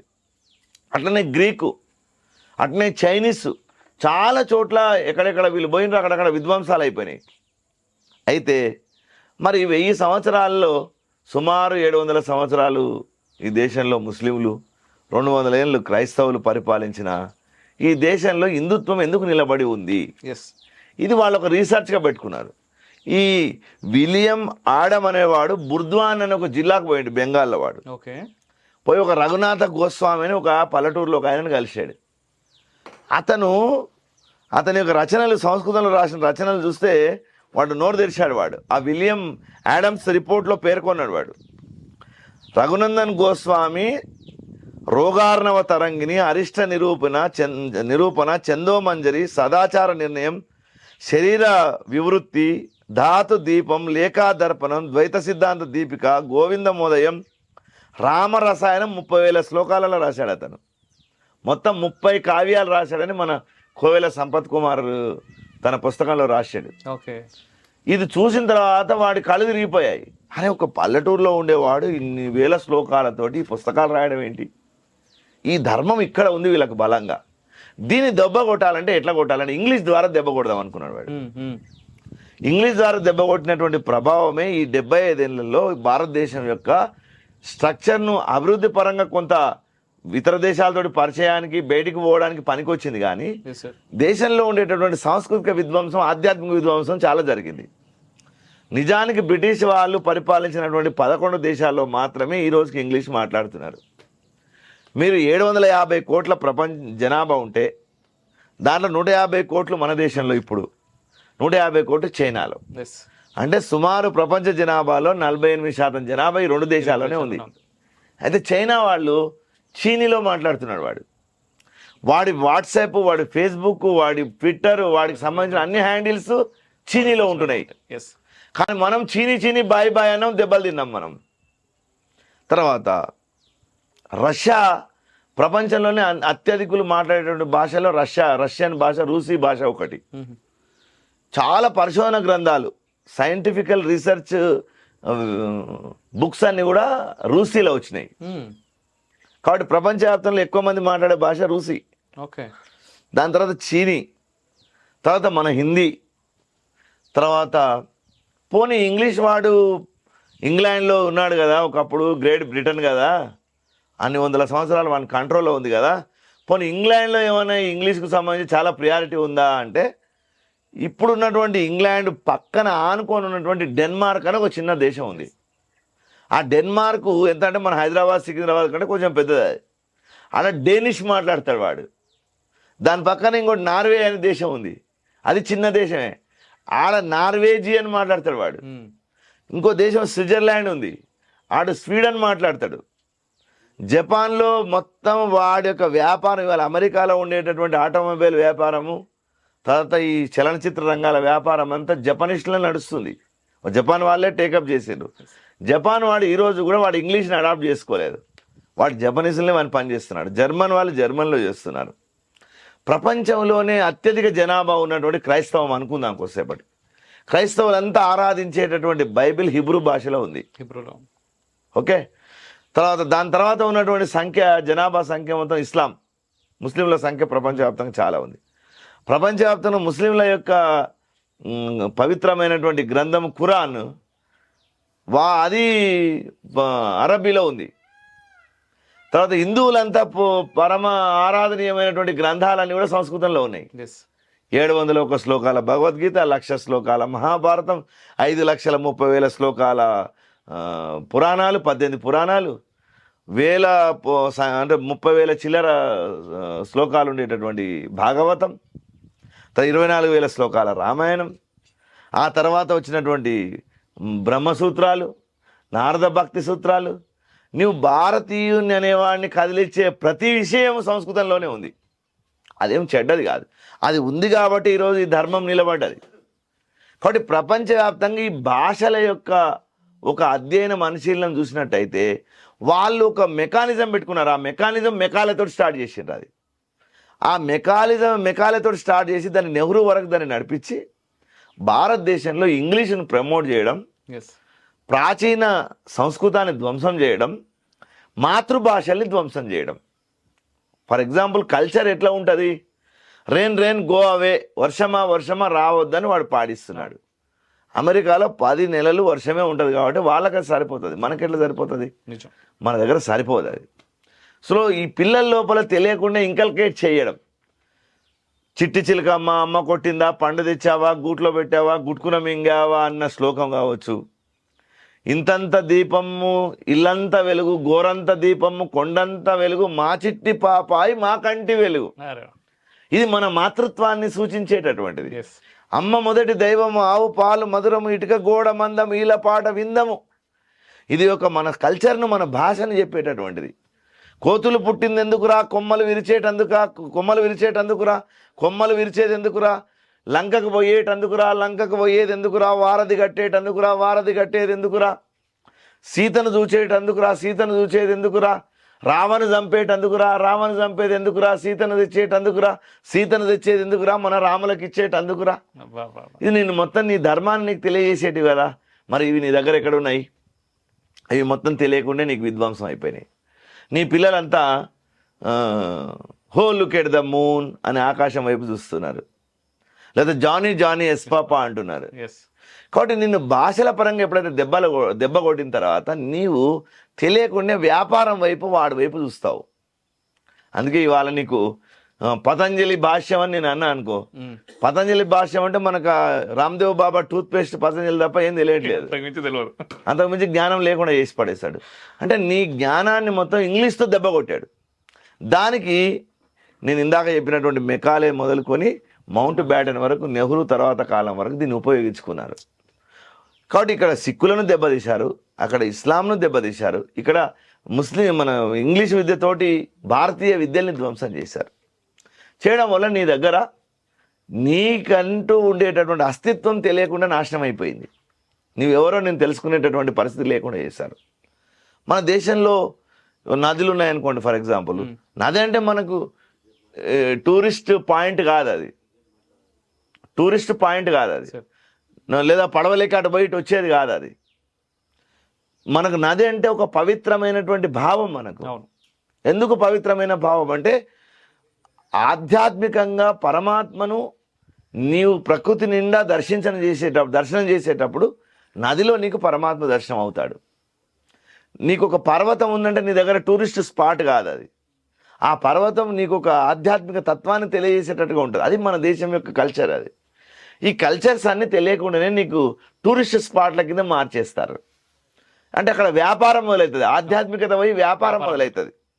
ఒక పెద్ద యాత్రాస్థలం ఉందనుకోండి, ఆ యాత్రాస్థలము దేవునికి అనుబంధంగా ఉండేటటువంటి ఈ జీవుడు తరించడానికి ఆ ఆధ్యాత్మిక క్షేత్రం వాడికి పనికి రావాలి. కానీ వీళ్ళు తెలియకుండా ఏం చేశారంటే దాన్ని టూరిస్ట్ స్పాట్గా మార్చేటటువంటి వ్యవస్థలోకి తీసుకుపోతారు. లేకపోతే తిరుపతిలో అంత పెద్ద లైన్ ఎందుకండి, వచ్చినట్టు పంపిస్తే అయిపోయాయి కదా. కావాలని దాన్ని 3 కిలోమీటర్లు తిప్పి వాడిని పంపడం వల్ల దాన్ని టూరిస్టు మెంటాలిటీ తయారు చేయడం, అదంటే ఇలా ఉంటుంది, ఇట్లా వెళ్ళాలి అని. దాని వెనుక ఒక వ్యాపార సామ్రాజ్యాలు నిర్మించుకోవడం, వాళ్ళ వస్తువులను అమ్ముకోవడం, తర్వాత కల్చర్ని ధ్వంసం చేయడం. ఉదాహరణకు పుట్టినరోజు ఉంది, పుట్టినరోజులో కేక్కు పుట్టినరోజుకి ఏం సంబంధం ఉంది? పుట్టినరోజు జరుపుకోవడం అనేటటువంటిది రామునికి పుట్టినరోజు శ్రీరామనవమి, కృష్ణునికి పుట్టినరోజు శ్రీకృష్ణాష్టమి, శివుడికి పుట్టినరోజు శివరాత్రి. ఇట్లా ప్రతి ఒక్క దేవతలకు కూడా పుట్టినరోజులు ఉన్నాయి మన దగ్గర, లేకేం లేదు. అవును. కానీ నిన్నేం చేశాడు? నిన్ను పుట్టినరోజు జరుపుకునేటటువంటి వాడిగా తయారు చేశాడు. చావు పుట్టుకలు లేని చదవలేని ఈ దేశంలో అని మన వేదాంత శాస్త్రాలు చెప్తే, నిన్ను ప్రతివాడినో పుట్టినరోజు తయారు చేసుకునే డ్రింకర్స్గా తయారు చేస్తున్నాం మనం. చేసి ఏం చేస్తున్నాము? కేక్ కట్ చేయడం. కేకుకు పుట్టినరోజు సంబంధమే లేదు. ఉన్న జ్యోతులను ఆర్పేయడం, జ్యోతులు వెలిగించడం కాక జ్యోతులను ఆర్పేయడం. దీపం జ్యోతి పరబ్రహ్మ అన్నాం కదా, దీపాన్ని సాక్షాత్ పరమాత్మగా భావించాం. మేము చిన్న ఉన్నప్పుడైతే ఇంట్లో దీపం పెట్టేసి చిన్నపిల్లలంతా నిలబడి, దీపము వెలిగిన ఇంట్లను దాపున శ్రీ లక్ష్మీదేవి ధనములనిచ్చున్ కాపాడుచుండు మనుజుల పాపంబుల పారద్రోలి పాలించు సుమి అని పద్యం పాడించేవాళ్ళు పిల్లలతోటి. అది నీ కల్చర్, నీ భాషను తెలియజేసేది అది. కానీ నీకు తెలియకుండానే ఉన్న దీపం ఆర్పాలని పిల్లలు అడుగుతున్నారు. బర్త్డే నువ్వు ఎంత డబ్బు ఖర్చు పెట్టి నువ్వు ఎంత భోజనాలు బయట ఏర్పాటు చేసినా చిన్న పిల్లవాడు నీ కొడుకు నేను అడుగుతాడు, నాన్న దీపాలు ఎప్పుడు ఆర్పుదాం, బర్త్డే అయిపోతుంది అంటాడు వాడు. దీపాలు ఆర్పితే కేకులు కోస్తే బర్త్డే అనుకుంటున్నాం మనం. కానీ కేకులో వేసేటటువంటి ఏదైతే ఆ ఇంగ్రీడియంట్ ఉంటుందో, ఆ పదార్థం మత్తును కలిగించేది ఉంటుందో, అది మళ్ళీ మళ్ళీ తినాలనిపించే ఉంటుందో, అది మనకు ఫారిన్ నుంచి వస్తుంది. యాక్చువల్ అయితే అది నీకు కేకులు ఎంత అమ్ముడు పోతే అది అంత లాభం ఉంది వాడికి. బ్రెడ్ నీదే అందులో వేసేది, పైన వేసే క్రీమ్ నీదే, కానీ అది మళ్ళీ మళ్ళీ తినిపించాలి అనేటటువంటిది మాత్రం బయట నుంచి వచ్చింది. అందుకే ఇప్పుడు కేఎఫ్సీలు, నువ్వు మటన్ షాపులు మనే కావు, ఆ మటన్ షాపులన్నిట్లో జరిగే వ్యాపారం కన్నా ఇప్పుడు ఇవాళ కేఎఫ్సీ ఇంటర్నేషనల్ కంపెనీతో చాలా జరుగుతుంది. సో ఇట్లా సో మెనీ ఇష్యూస్ ఉన్నాయి. ఇవన్నీ వీటి వెనుక ఈ దగ్గర రైతు దేశంలో ఉన్నాడంటే వానికి 30-40 రూపాయల కంటే ఎక్కువ ప్రతి కిలో రావట్లేదు రైతుకేమో. కానీ నీకు ఒక ప్యాంటు, ఒక షర్ట్ కొనాలంటే 1000 రూపాయలు 2000 ఎందుకు అవుతుంది? రైతుకేమో ఇక్కడ నీకు 50 రూపాయలకి ఇస్తలేవు నువ్వు, కానీ అదే షర్ట్ కొనాలంటే నీకు 2000 పెట్టి కొనాల్సిన పరిస్థితి ఎందుకు వస్తుంది? ఇంటర్నేషనల్ బ్రాండ్, నీ కాటన్ను వాడు తీసేసుకొని నీ కాటన్తో నీకు షర్ట్ చేసి నీకు అమ్మేస్తున్నాడు వాడు. ఈ వ్యాపార సామ్రాజ్యం విస్తరించడానికి వాళ్ళు ప్రపంచవ్యాప్తంగా ఉండే అన్ని దేశాలను ధ్వంసం చేశారు వాళ్ళు. ఇది యూరప్లో ఉండేటటువంటి వ్యాపార దుర్మార్గుల యొక్క కుట్ర. ఎస్పెషల్లీ మనలాంటి ఒక ఆర్గానిక్ కంట్రీ ఇది, అంటే ఒక దేశీయమైనటువంటి భావన ఉండేటటువంటి వ్యవస్థ ఉన్నది, ప్రాచీనమైన కల్చర్ ఉన్నటువంటి దేశం ఇది, ప్రాచీనమైనటువంటి లిటరేచర్ ఉన్న దేశం ఇది. 8,000 ఏళ్ల నాడే ఈ దేశంలో రామాయణం, 5,000 ఏళ్ల నాడే భగవద్గీత. అప్పటికి ప్రపంచంలో వాళ్ళ దగ్గర ఏమీ లేదు వాళ్ళకు. మరి అన్ని వేల ఏళ్ళ కల్చర్ ఉన్న దాన్ని ధ్వంసం చేయాలంటే అంత సులభమా? కాబట్టి ఈ ఒక పెద్ద ప్రయత్నం ఇది 1862 నుంచి నడుస్తూ వచ్చింది. ఇది ఇక్కడ ఒక ప్రశ్న చెప్పండి. నార్మల్గా ఒక 1000 సంవత్సరాలు ముస్లిమ్స్ దండయాత్రలు జరిగినాయి ఈ దేశం మీద. ఆ తర్వాత 200 సంవత్సరాలు బ్రిటిష్ వాళ్ళ దండయాత్ర, బ్రిటిష్ వాళ్ళ పాలన కూడా కొనసాగింది. ఆ తర్వాత స్వతంత్రం. అయితే ఈ రోజు సనాతన ధర్మం కామన్ మ్యాన్కి దూరం అవుతా ఉన్నది అని చెప్పేసి అనేక మంది మాట్లాడుతూ ఉంటారు. వీటికి ప్రస్ఫుటంగా ప్రత్యేకంగా 3 కారణాలు ఉన్నాయి. అంటే చెప్తున్నటువంటి కారణాలు. ఒకటి, ముస్లిమ్స్ దండయాత్రలు చేసిరు, ఆ తర్వాత బ్రిటిష్ వాళ్ళు ఏదో చేసిరు, ఈ రోజు మీరు చెప్పినట్టుగా వేదం దూరమైంది, సంస్కృతం దూరమైంది. మూడవది, బ్రాహ్మణులు వేదాన్ని సంస్కృతాన్ని మాకు కాకుండా చేసిర్రు, ఆ జ్ఞానాన్ని మాతో పంచుకోలేదు, అందుకోసం అని చెప్పేసి ఈ రోజు ఇట్లా నడుస్తూ ఉన్నదని చెప్పేసి చాలా మంది మాట్లాడుతూ ఉంటారు. అసలైనటువంటి కారణం ఏంటి? అంటే ఫస్ట్ మత పరిజ్ఞానం మన దగ్గర లేదు. అంటే మతానికి సంబంధించింది ఒక మాట మనం మాట్లాడాలంటే అందరు ఏమనుకుంటారంటే వీళ్ళు మతవాదులు, మతోన్మాదులు అని ముద్రలేస్తారు. ఇప్పుడు కామెంట్లు వస్తుంటాయి. అయితే మతోన్మాద శబ్దము వాళ్ళు వాడొచ్చు, కానీ మతం యొక్క గరిమ, దాని లోతు నీకు ఎప్పుడైతే అర్థమవుతుందో ఈ డౌట్లన్నీ పోతాయి ఆటోమేటిక్గా. మతం అనేది మనిషికి అవసరం. స్వామి వివేకానందుడు అన్నాడు, రిలీజియన్ ఫర్ రియలైజేషన్ అన్నాడు ఆయన. నిన్ను వ్యక్తిగా ఉన్నతీకరించడానికి, నిన్ను తీర్చిదిద్దడానికి, నిన్ను ఎన్లైట్ చేయడానికి నీకు మతం ఉపయోగపడినంతగా ప్రపంచంలో ఇంకేది పడదు అన్నాడు. ఇంకో మాట అన్నాడు ఆయన, ఈ ప్రపంచంలో మనుషులందరినీ ఒక అంశం మీద ఏకీకృతం చేయడానికి, పెద్ద సంఖ్యలో ఒక చోటుకి చేర్చడానికి మతాన్ని మించినటువంటి సాధనం ఇంకోటి లేదన్నాడు స్వామి వివేకానందుడు. మతం అనేటటువంటిది ఉన్మాద పద్ధతిలో కాకుండా దాని యొక్క ధార్మిక దృష్టి నీకు అర్థం కావాలి, దాని ఆధ్యాత్మిక దృష్టి నీకు అర్థం కావాలి. అది అర్థమైనాక నీకు ఆ ఇబ్బంది రాదు.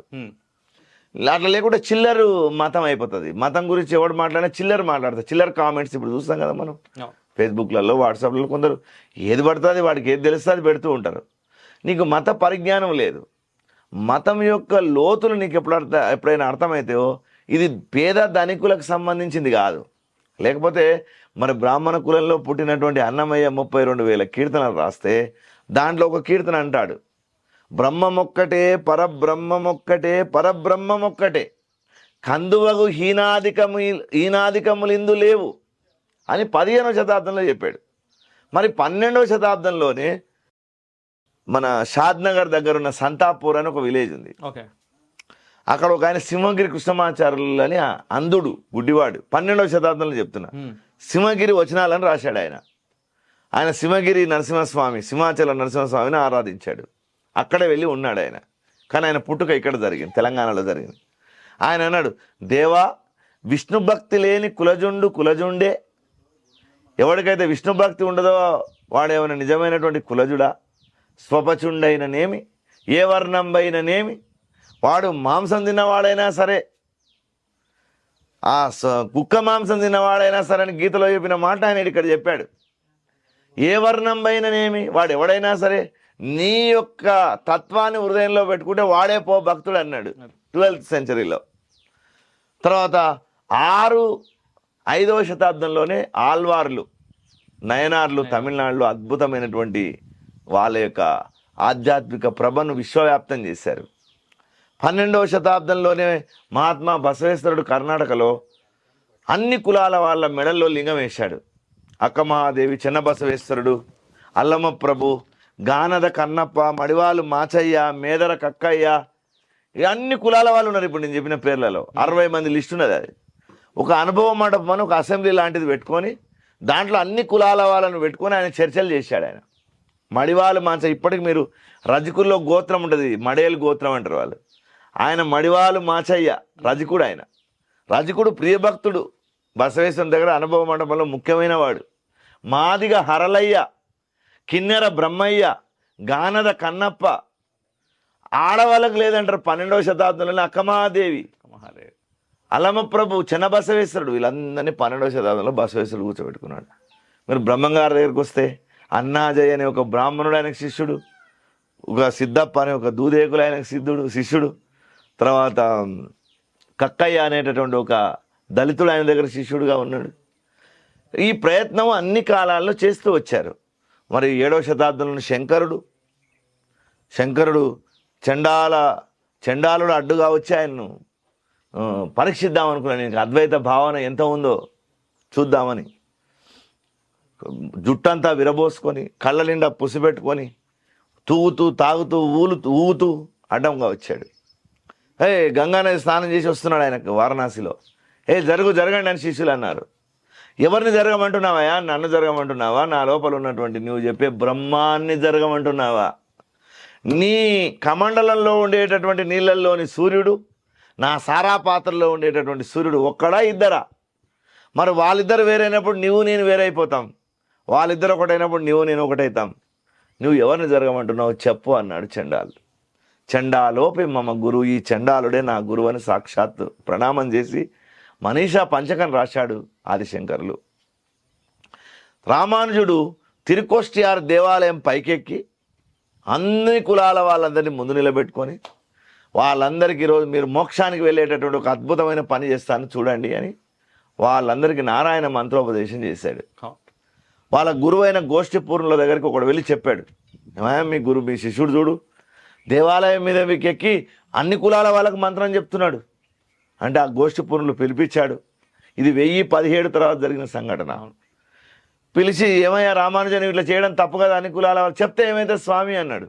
నువ్వు నరకానికి పోతావు అన్నాడు. విన్నవాళ్ళు ఏమవుతారు? వాళ్ళు మోక్ష పదానికి పోతారు. నేను నరకముకి వెళ్ళినా సరే 1000 మందిని ముక్తి చేతును, నేను నరకానికి వెళ్ళినా సరే 1000 మందికి ముక్తి కల్పిద్దాం అనుకున్నాను స్వామి అని చెప్పినటువంటి రామానుజుడు, బ్రహ్మంగారు, ఆ తర్వాత శివరామ దీక్షితులు. మరి వీళ్ళంతా మనం అనుకుంటున్నాం ఈరోజు అనుకునే కార్పొరేట్ సెక్టార్లకు వెళ్ళి వచ్చిన వాళ్ళు కాదు.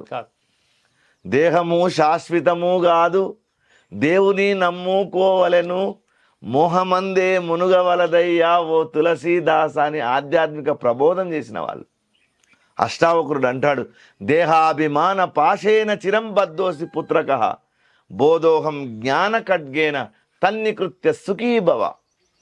ఓ జనక, జ్ఞానం అనేటటువంటి ఖడ్గాన్ని తీసుకొని నీ యొక్క పాశాన్ని తెగ్గొట్టుకో, అది నిజమైనటువంటి ప్రజ్ఞ వైపుని నడిపిస్తుంది అంటాడు అష్టావక్ర గీతలో. ఆ అష్టావక్రుడు ఏం మాట చెప్పిండో ఈ గ్రామీణ ప్రాంతంలో ఉండేటటువంటి తత్వకారుడు అదే మాట చెప్పాడు. ఇంతకన్నా సామాన్యుల్లో మత పరిజ్ఞానం, ఆధ్యాత్మిక పరిజ్ఞానం ఉంది అనడానికి ఉదాహరణ ఇంకేం కావాలా? కాబట్టి ఆ అశ్వదృష్టితో చూసేది కాదు, ఇది ఒక బ్రాడ్ మైండ్ తోటి ఆలోచించేది. ఇది ఈ చిదాకాశం, ఇది దాని లోపలికి ప్రయాణం చేయాలి. ఊరికేదో పైన మాటలు కావి, కంటి రెప్పలు కావి, కంట్లోనే ఉన్నటువంటి వెలుగు ఇది. ఆ వెలుగును ప్రపంచానికి పంచేటటువంటి ఒక దృక్కోణము నీ హృదయంలో వికాసం చెందాల. అది వికాసం చెందినప్పుడు మాత్రమే ఈ ధర్మము, మతము, వీటి వెనుకాల ఉండే సత్యము, ఆ మార్గము, ఆ తత్వం అన్నీ అర్థమవుతాయి. Yes sir. ఒకటి అంటే ధర్మం గురించి వచ్చేసరికి విమర్శల గురించి మనం మాట్లాడుకుందాం కొంతమేర. ఎందుకంటే సమాధానాలు కావాలి. సామాన్యులు చాలా మట్టుకు అంటే ఎక్కడ చూసినా కూడా నేను ధర్మం కోసం ఏదైనా చేస్తాను అనే దాంట్లో ఉన్నారు. ప్రాణాలు సైతం ఇవ్వడానికి ఇప్పటికీ సిద్ధంగా ఉన్నారు. కాకపోతే ప్రశ్నకి సరైన సమాధానం తెలియని వ్యక్తులు ఎంతోమంది ఉన్నారు.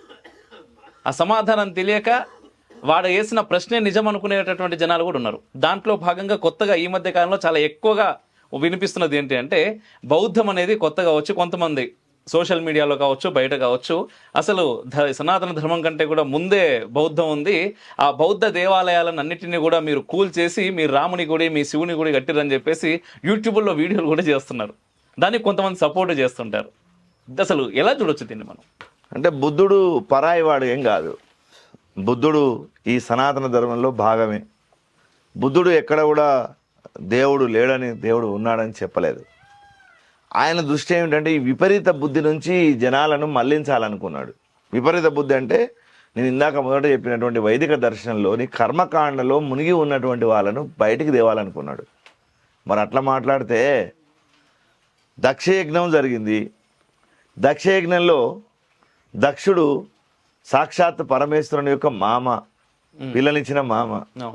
ఆయన వెదురుగా వెళ్ళి దక్షుడు వచ్చినప్పుడు దక్ష ప్రజాపతిని నేను కాబట్టి నన్ను ఆహ్వానించలేదన్న కోపంతో పరమేశ్వరుని మీద అలిగి ఆయన దక్షయజ్ఞం చేస్తూ ఆ దక్షయజ్ఞానికి పరమేశ్వరుని ఆహ్వానం చేయలేదు.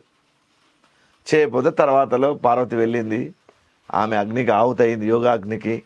ఆ తర్వాత వీరభద్రుడు వెళ్ళి శివుని అనుచరుడుగా వెళ్ళి ఆ దక్షాధ్వర ధ్వంసం చేశాడు.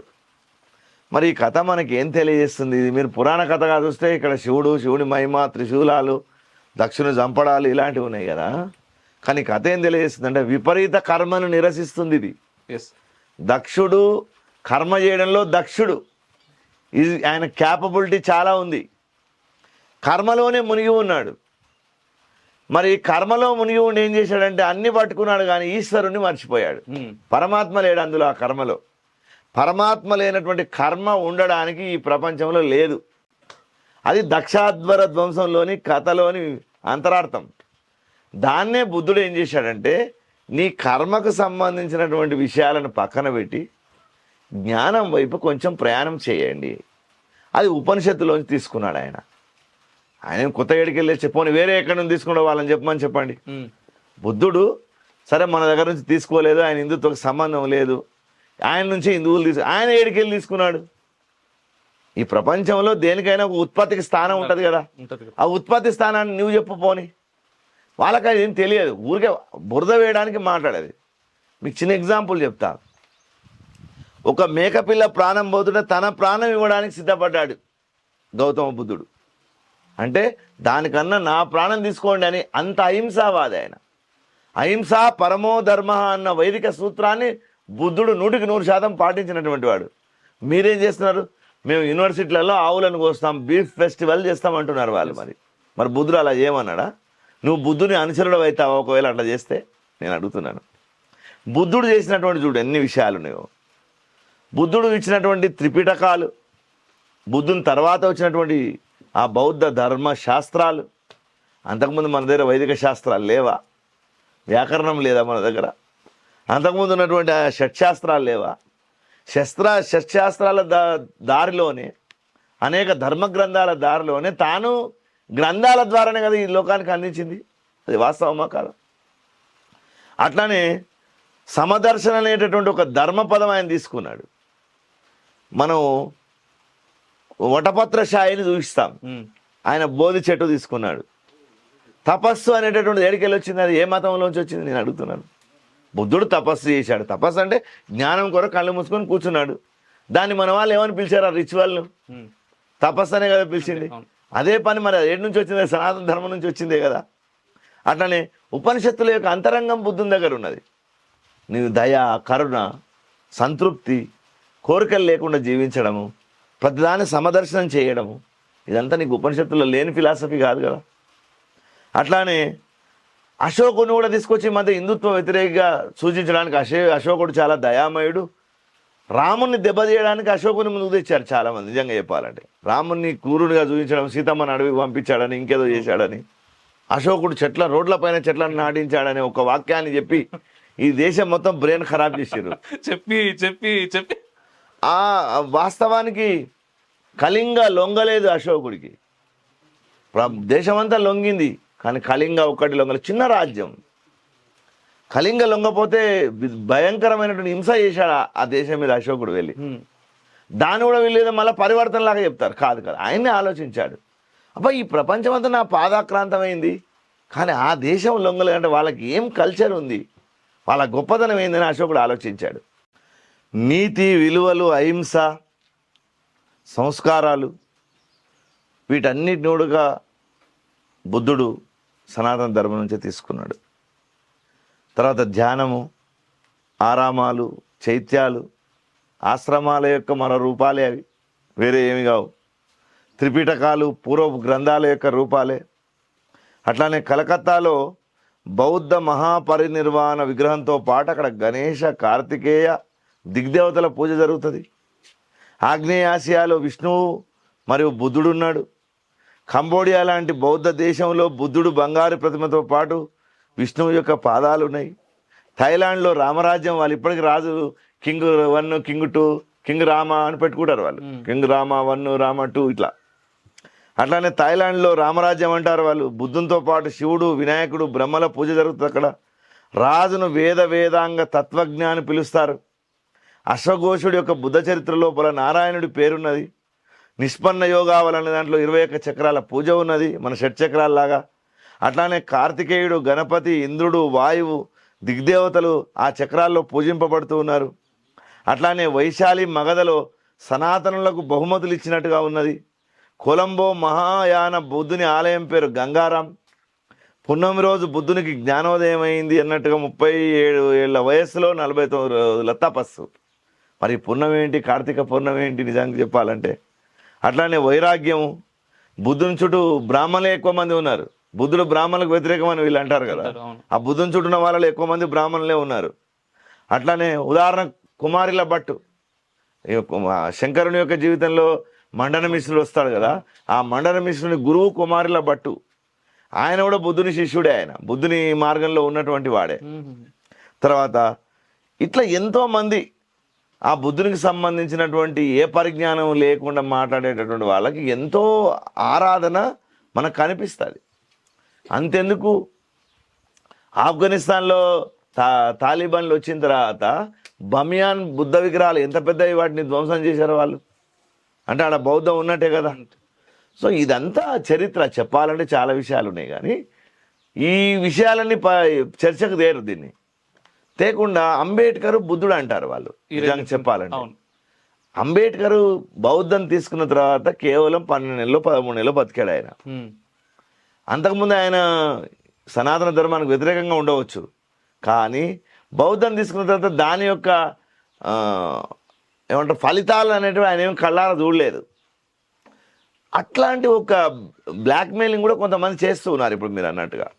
ఇవి జరుగుతున్నాయి. అయితే దీనికి ఏంటంటే హృదయం అనేటటువంటిది సహృదయతతోటి, ఎలాంటి అటు ఇటు మొగ్గకుండా నువ్వు స్వాధ్యాయం చేసేటటువంటిది, చదివేటటువంటి దృష్టి నీ దగ్గర ఉండాలి. ఒకవైపు హర్షదృష్టితోటి, అంధత్వంతో నీవు ఒకవేళ దాన్ని చూడడం మొదలు పెడితే నీకు అంతా అట్లనే కనిపిస్తుంది కదా.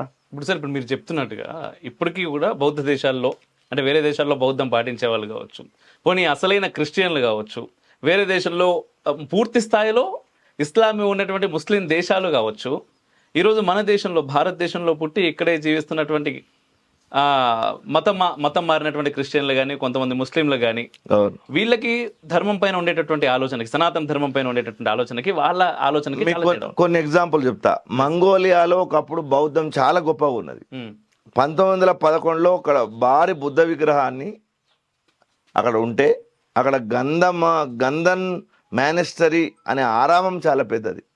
దాని తర్వాత విధ్వంసం చేశారు. సోవియట్ యూనియన్లో కమ్యూనిస్టులు వచ్చిన తర్వాత వందలాది ఆరామాలు కూల్చేసారు, బౌద్ధ ఆరామాలను కూల్చివేసారు. 1911లో ఏర్పాటైనటువంటి భారీ కాంస విగ్రహం చైనాలో కరిగించి వాటితో తూటాలు చేసి దాంతోటే బౌద్ధులను చంపారు వాళ్ళు. 7 దశాబ్దాల్లో 17,000 మంది బౌద్ధులను చంపారు కమ్యూనిస్టులు. తర్వాత ఎన్నో ఆరామాలు ధ్వంసం చేశారు. మంగోలియాలో ఒక చీకటి నరమేధం చేసిండ్రు అక్కడ. తర్వాత మంగోలియాలో కమ్యూనిస్టులు వికటాటహాసం చేసిండ్రు. ఇప్పుడు ఆఫ్ఘనిస్తాన్లో బమియాన్ బుద్ధ విగ్రహాలన్నీ పడగొట్టిర్రు. తర్వాత చాలా చోట్ల ఆ దేశాల్లో మిషనరీల హవా నడిచింది. పాప్ సంగీతం, పోపు బోధలు, రాక్ సంగీతం, చర్చిల నిర్మాణం జరిగింది. కాబట్టి బౌద్ధ దేశాలన్నీ అతి అహింస వల్ల ఉండడం వల్ల వాటన్నిటినీ ఈ శక్తులు ధ్వంసం చేసుకుంటూ ఈ 70-80 ఏళ్ళల్లా. ఇలా టిబెట్ నిజానికి చైనాకు మనకు బార్డరే లేదు, కానీ ఇప్పుడు చైనా బార్డర్ ఎందుకు? చైనా బార్డర్ ఏం కర్మ, మన కాశ్మీర్లో ఒక భాగం ఆక్రమించుకొని ఉంది. మీరు ఒక 100 ఏళ్ల కింద చరిత్ర చూస్తే చైనాకు మనకు బార్డరే లేదు. అంటే మధ్యలో టిబెట్ ఉన్నది, మనకు టిబెట్ బౌద్ధం ఉన్నది మొత్తం. బుద్ధుడు ఆసియా ఖండం అంతా పోయాడు, అందుకే ఆయనకు లైట్ ఆఫ్ ఏషియా అని పేరు. ఆసియా ఖండపు దీపస్తంభం అని పేరు ఆయనకు. మరి ఇంత గొప్పగా ఈ బౌద్ధాన్ని ఈ దేశం ఆరాధించింది, బుద్ధుని ఆరాధించింది. బుద్ధుడి యొక్క అనుయాయులు ఈ దేశంలో వాళ్ళు మారిరు, తర్కం చేశారు, ఇది మంచా చెడనా కాదని చెప్పారు. చెప్పి మతాన్ని ఎట్లా ఆచరించాలని ఒక వివరణ వచ్చింది. అవును, మత ఘర్షణలు కొన్ని జరిగినాయి మాట వాస్తవమే. ఇప్పటిలాగానే ఇప్పుడు పార్టీలు జరగట్లేదా? అప్పుడు అట్లాంటివి కొన్ని జరిగినాయి. దాన్ని భూతద్దంలో చూపించి దాన్ని సనాతన ధర్మానికి వ్యతిరేకంగా చూపించడం మాత్రం సరైనటువంటిది కాదు.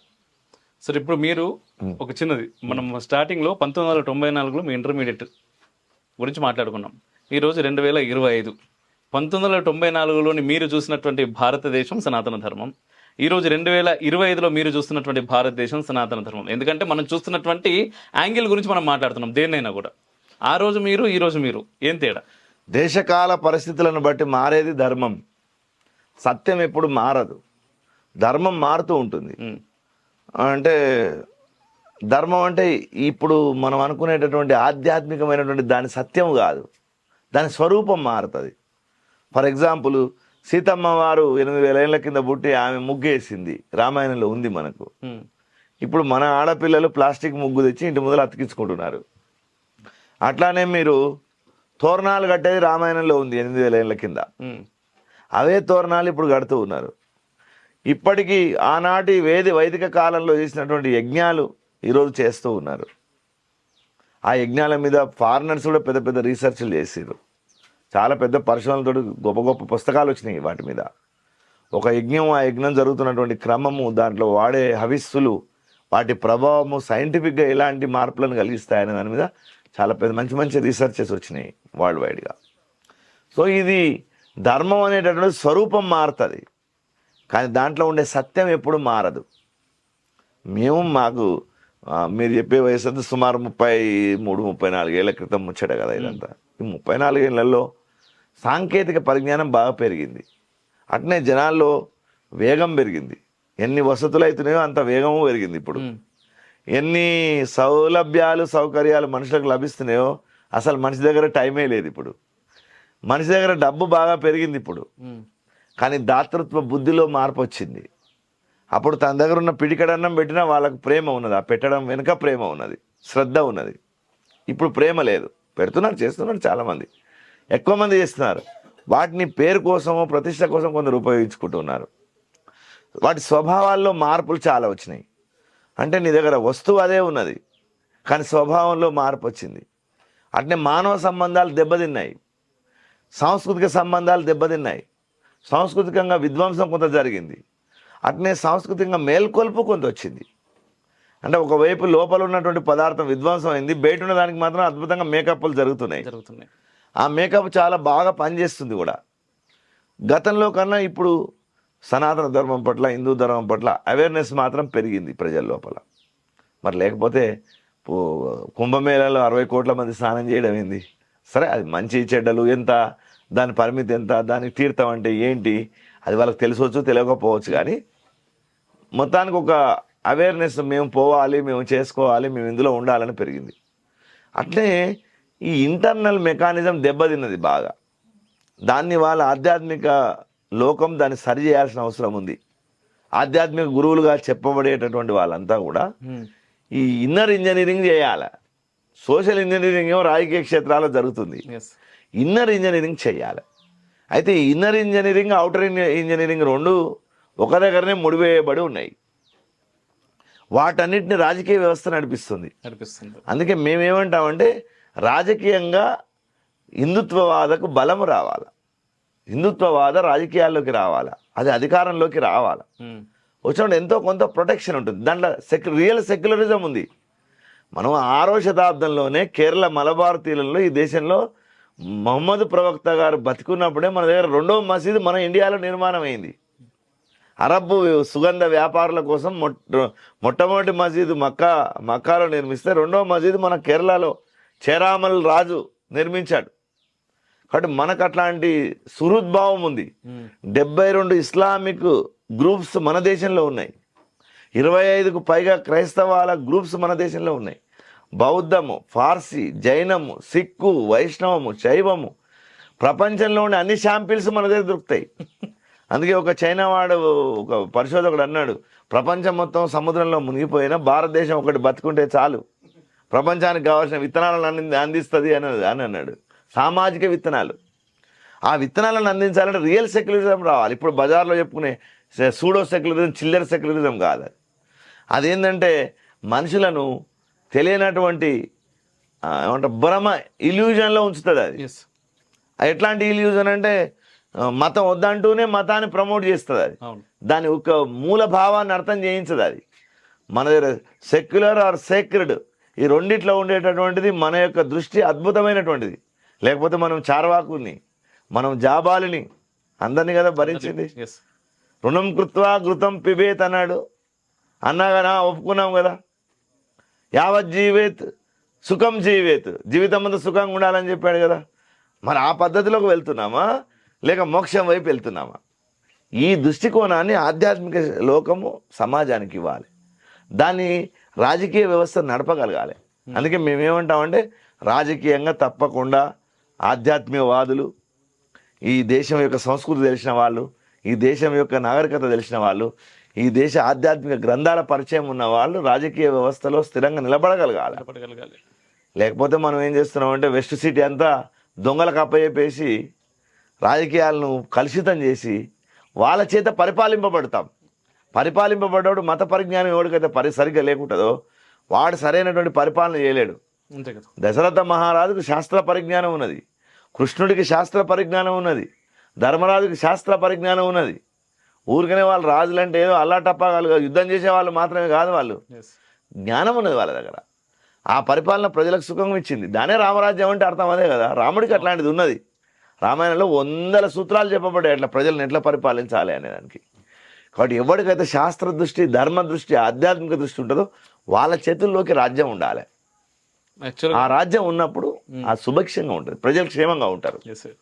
అయితే నేను ఒక ప్రశ్న అడగాలనుకున్నాను. ప్రశ్న అడిగేలోపే ఆ సమాధానం కూడా వచ్చింది. బట్ ప్రశ్న అయితే అడుగుతాను, అడగండి.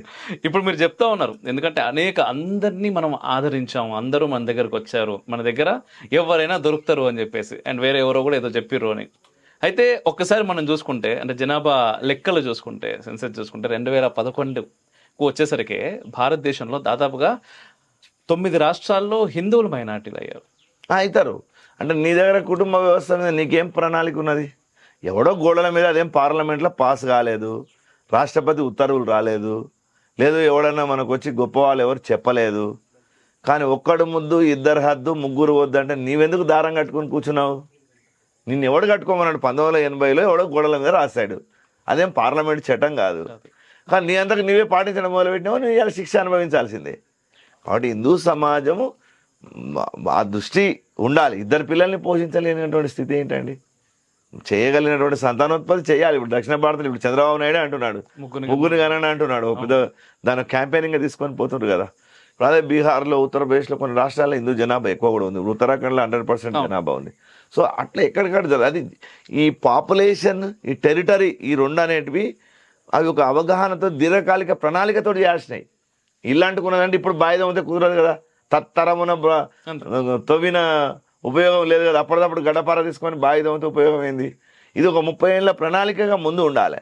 అది అందుకే చెప్పేది, హిందూ ధర్మంలో ఏదో రిచువల్ చేసాం, ఆ యాత్రలో పాల్గొన్నాం, కావడి యాత్రలో పాల్గొన్నాం, బతుకమ్మలో పాల్గొన్నాం, బోనాల్లో పాల్గొన్నాం, అంతవరకే పరిమితం కావద్దు.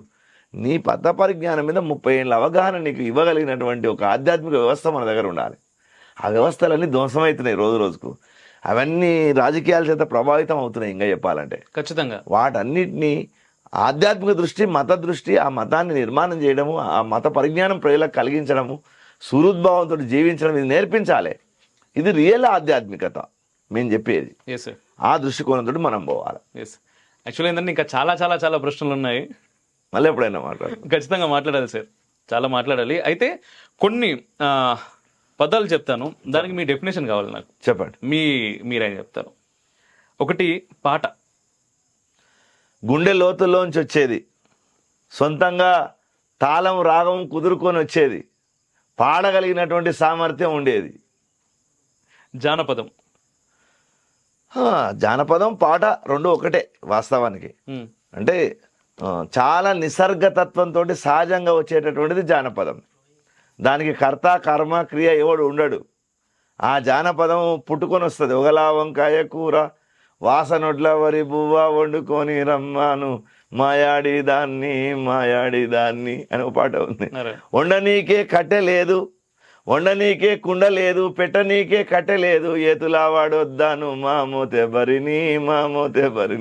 ఇది ఒక జానపదం. ఇది అంటే ఆటోమేటిక్గా వచ్చేస్తుంది, అది ఏమి ఉండదు దానికి కేవలము గుండె లోతుల్లోంచి బయటకు వచ్చేది. అది మిమ్మల్ని బాగా ఇన్స్పైర్ చేసినటువంటి ఏదైనా జానపదం మా కోసం?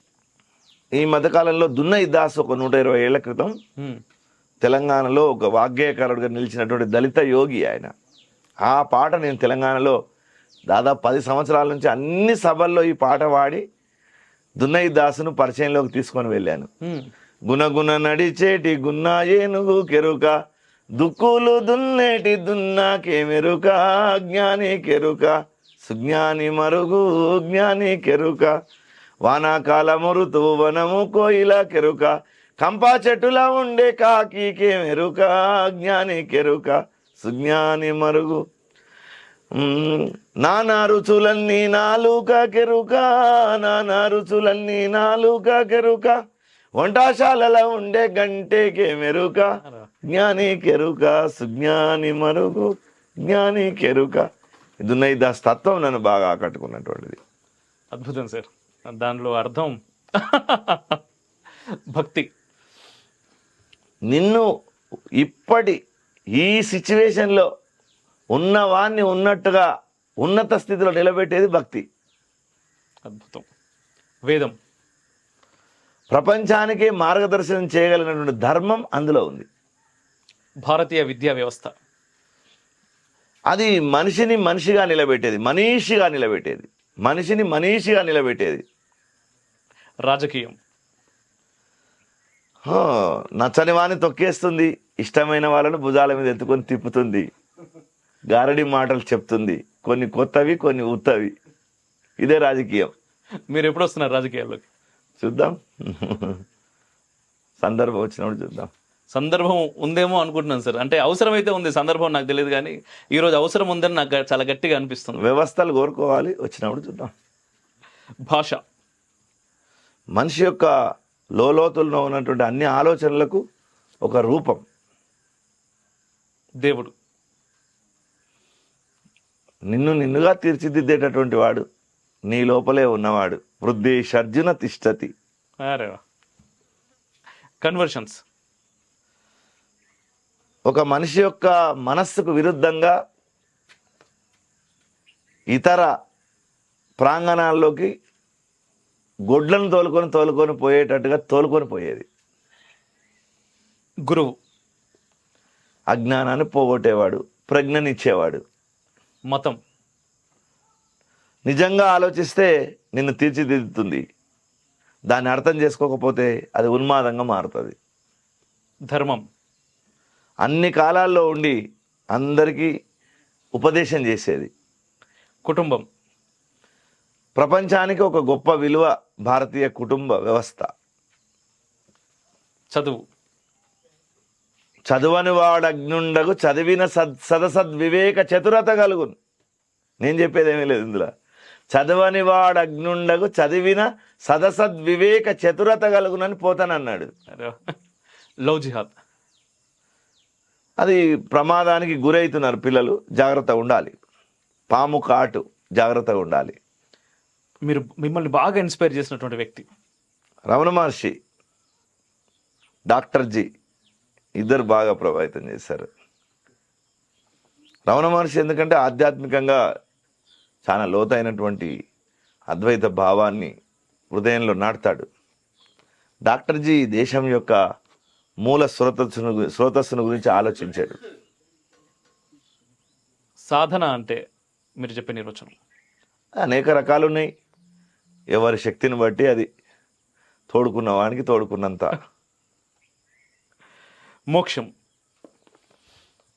పునరపి జననం పునరపి మరణం లేకుండా చేసేది. అరే వా. సంస్కృతం. ప్రపంచంలోనే అంతకు మించిన భాష లేదు. పండుగ.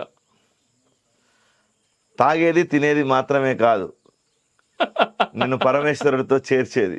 అరే వా, అరే వా. దేవాదాయ శాఖ. సందర్భం లేకుండా మంది మీద పెత్తనం చేసి అసలైన విషయాల్లో కళ్ళు మూసుకొని అసలు కాని విషయాల్లో తలదూర్చేది. భారత స్వాతంత్రం ఆగస్టు 15, 1947. రాత్రిపూట వచ్చింది, ఇంకా తెల్లారలేదు. గీత. ప్రపంచ మానవుల యొక్క గతిని మార్చేది. గోమాత. నీకు శుద్ధమైన ఆహారం పెట్టేది. అద్భుతం సార్, చాలా అద్భుతంగా మీ సమాధానాలు వచ్చాయి మాకు. Thank you. నిండిపోయింది కడుపు. అంత బాగుంది, అంత బాగుంది. And thank you sir, thank you so much. Right. And అనేక ప్రశ్నలకి మీకు చాలా చక్కని సమాధానాలు దొరికాయని నేను అనుకుంటున్నాను. సో ఈ సమాధానాలు మీరు చెప్పొచ్చు, షేర్ కూడా చేయొచ్చు. కామెంట్ల రూపంలో మీ అభిప్రాయాలు తప్పకుండా తెలియజేయచ్చు. మీరు తెలియజేస్తారని నాకు తెలుసు. అండ్ ఎట్లుంది ఇంటర్వ్యూ? నాకైతే నిండిపోయింది కడుపు.